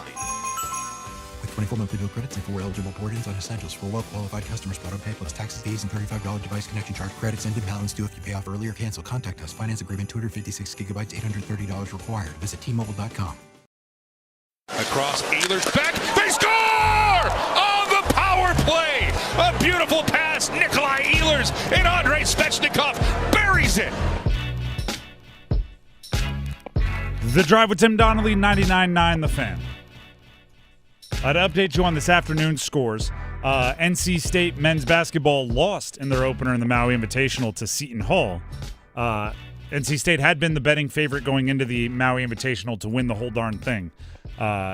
Opened with a double-digit loss to Seton Hall. Meaning State is the first team ranked in the AP Top 25 to lose to an unranked team this season. Unranked teams were 0-96 going into the game against ranked opponents. So State dropped the first one. I guess you can say, I don't even know why I say I guess, you can definitely say this is the first speed wobble for the Will Wade era at NC State, right? The first, let's see how they react moment for Will Wade, and we will see how they react. How about that? Long season ahead, but obviously not what you wanted out of the first game in Maui. The Drive with Tim Donnelly, 99.9 The Fan. Yesterday, Canes lost 4-1 at Buffalo. Obviously, not what you wanted to see out of the Carolina Hurricanes. Still a lot of hockey left to play, but not what you wanted to see. Specifically because Buffalo's not great, right? So dropping that one felt like a game you could win, even though the team came out flat. For more reaction to the game, we have audio from Rod Brindamore, the coach of the Canes, about, if anything was great against Buffalo. Try to keep it PG here. not very good. I mean, it was one of those nights or afternoons I could feel right from the start. We were just flat, and you know, you got guys that, you know, no excuse as part of that schedule, long road trip. We were, you know, fighting the flu bug a little here, and the energy was just so dead. And you know, we played like it. Yeah, the energy was dead. It was a game that, you know, lifeless. It just seemed like everybody was sleepwalking, and I'm going to try not to make too much out of it until it becomes a habit, right? If it happens every once in a long while, every once in a blue moon in a regular season game at the end of a road trip with guys dealing with illnesses and whatever in the locker room, okay. I mean, it's not okay, but I'll give you a pass, right? You make sure that it's not, you know, accepted, and you move on. There are some other things that I think are interesting, and Micah on the call-in line brought them up earlier, but I had them in my notes here to dissect right now. On the Friday game, which the Canes won against Winnipeg, Alexander Nikishin was not in the lineup, which at the very least was unexpected. Right? On Friday, we talked about the fact that Jalen Chatfield at the time had been activated off IR, and it looked like he was going to be in the lineup. And with that, right, anytime somebody goes back into the lineup, somebody's got to leave, right? So the question was, who draws out, right? Who's the healthy and active on the blue line? And I think most of us considered that the options were Nystrom, the rookie, and Mike Riley, the vet. And most of us thought it would have been absolutely ridiculous to take Nystrom out of the lineup with the way he's playing, so we settled on Riley. And then game time came around, and it was Nikishin who was out, who wasn't even in our pool of options, right? He was like, you know, on the Twitter pools, he was like, you know, please reply with your suggestion. Like, you would have had to fill in. He was a write-in candidate, and he was the one that was out, which raised some eyebrows. But here's where it became interesting. I think most people agreed at the moment, all right, feels like they're just giving him a day off. They didn't like it, right? I saw all of the Twitter users saying, we said put him on the power play, not take him out of the lineup, right? Like, we asked for more. You're giving us less. But I think for the most part, if Sunday's game would have been a traditional game and he were back in it and he played big minutes, everybody would have went, oh, okay, they just wanted him to play. They wanted him to have a day, right? Maybe he wasn't feeling great. Maybe rookie was a little overwhelmed, whatever. But then Jordan Stahl ended up not skating on Sunday due to an illness, and they played 11-7, right? They played with 11 forwards and 7 defensemen. So Nikishin was back in the lineup, but so was Riley and so was Nystrom. So we weren't 100% sure if Nikishin would have been in the lineup if they were skating with just the six defensemen, which I think opened up the door for just more riling each other up. I don't think there's any need for any riling up unless Wednesday Nikishin is a healthy extra again, in which case then I do start asking questions on why. Then it's not, to me, just a reset, right? Then you better tell us if he's not feeling good that he's not feeling good. Like, then we get to a point where there's more questions. But until then, a rookie, a coach and or a front office and or somebody looking at a rookie and saying, you know, he was expected to be a third pairing guy most of, you know, this year when people are healthy. And it turns out he's been skating in every different situation with a billion different guys, and he just needs a day. I'm okay with that. And shout out to the person on Twitter. Let me go ahead and bring it up. Kevin hit me with, because we said this, they had this conversation earlier. He said, why do we have to give a day off to a 24-year-old instead of some of the much older guys who are also playing way more minutes than ever? Walker is like 5 minutes per game over his career average. Why didn't we do it for Burns last year? He needed it. I get it. I hear you. In every sport, if there's an opportunity or a time where you think players are being overwhelmed or need a break, you're always going to trust the veterans to plow through it better than the rookies. And by the way, Brent Burns is an Iron Man. Don't get me wrong. Yeah. He didn't play 82 games his first year in the league. Like, it became once he became the guy that was so in tune with his body and was all prepared and had the ridiculous stamina and everything else. Like, early in your career, sometimes you do need a reset. And I'm not saying that I agree. Like, I'm not saying I would give Nikishin the break. I think he's a special player, and I think you should find opportunities to make sure he's still in the lineup.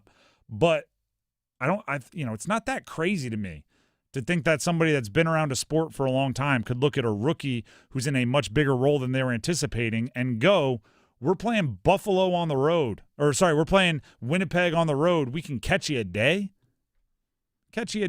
Right in the middle of a road trip. I just don't think it's as crazy as people are making it out to be. It's game 22 or 21 of the regular season. In a month, are we going to look back and go like, man, that's the reason why they stink is because they sat Nikishin for a day before Thanksgiving? No, we're not going to look at it. It's going to be a footnote at most at the end of the season.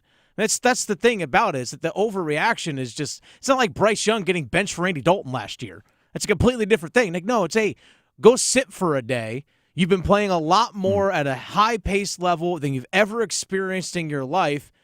Take a day. And that's all that is. And part of the reason I think we can react the way we're reacting. Oh, and they won, by the way.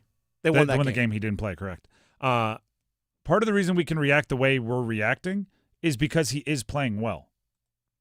Like if somebody is not playing well, you have to be careful with things like this because you can shake their confidence, right? Mm-hmm. You bring them in, hey, it's got nothing to do with the way you're playing. We just think you need a day. If he just had 4 turnovers and had a -3, no matter what you say, he's thinking I'm getting benched. If he's playing really well and everybody knows he's playing well, and you call him in and say, hey, we just think you need a day. Chatty's back, so we got an opportunity to steal your rest. Take this one off, be in the booth, eat some chicken tenders.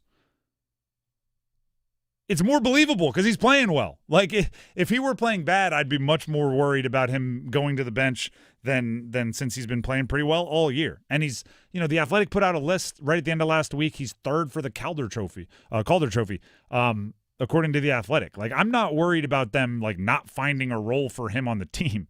I think he's going to be fine. So just ease up a little bit. And also, the Canes only had 2 players. I'm sorry, I guess say 3 play all 82 games last season. It was Sean Walker, it was Eric Robinson, and it was Brent Burns. That's it. Only 3 guys. And last year, they didn't have that true 7th defenseman that could alleviate a game. Like, hey, Nikishin needs a day off. You can plug in Mike Raleigh. They didn't have that guy on their roster last year.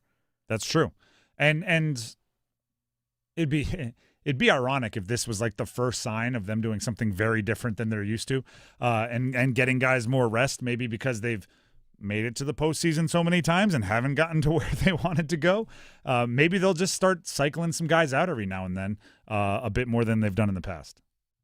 Rod even alluded to that early in the year. Yeah. Like, he did. Hey, if a guy needs a night because he's not feeling great, then we have Mike Riley to plug in there, or Mark Jankowski to plug in there if needed. Or even Brandon Bussey getting the start. I think the wording that Rod used was Piotr woke up today and decided he wasn't feeling great. Yeah. Like, if they're doing that for, no offense to Brandon Bussey, putting Brandon Bussey into the lineup, that means they're listening to their guys when they say, like, hey, something's off. And, maybe Nikishin did, maybe he didn't. Maybe he's a guy that would never say that, but they just sensed it, and they shut him down for a day. Who knows? Like, we're not going to get the details on it. I'm just not worried about it. I think a bigger story is, hey, Chatfield's back, and hopefully Slavin's coming back soon, and maybe you have just a ridiculous amount of depth, and you can give guys a break when they need it. And if that happens, enjoy it.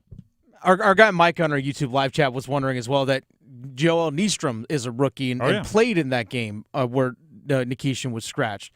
And he said he's wondering, is Nikishin the 7th behind Nystrom when Slavin gets back? No, he's not.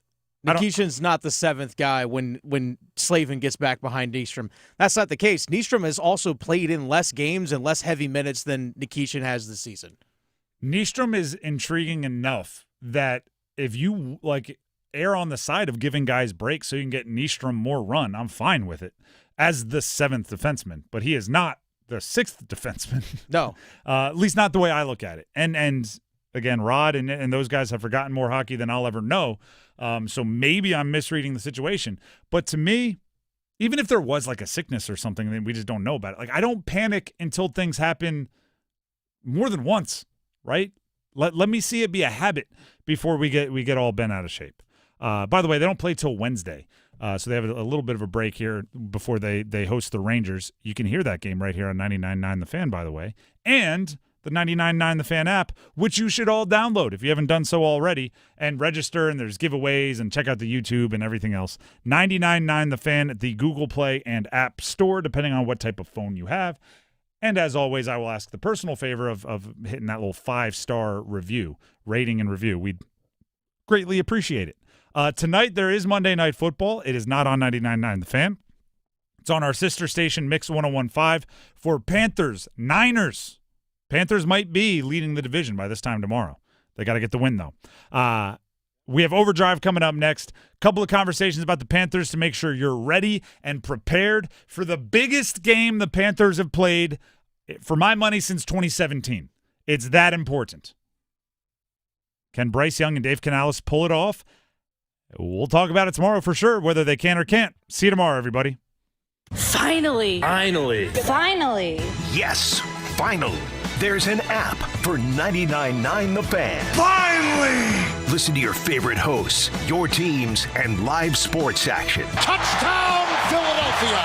They're destroying the Chiefs! And every podcast episode at your fingertips, anytime, anywhere. Available for Apple iPhone and Android phones. Download the 99.9 The Fan app today. Powered by Aspire Money Management. This is the sound of Claire, cooking dinner at home. And that's the sound of a fraud alert from Wells Fargo, flagging a charge for a pricey restaurant in Paris. Considering Claire isn't in Paris right now, that seemed odd. To the bank and to Claire. 2 taps later, Claire says nope to the charge, and Wells Fargo is on the case. However you make money work, Wells Fargo can work with that. Wells Fargo Bank, N.A., member FDIC. I know that hiring can be challenging. You sort through tons of resumes and you get too many so-so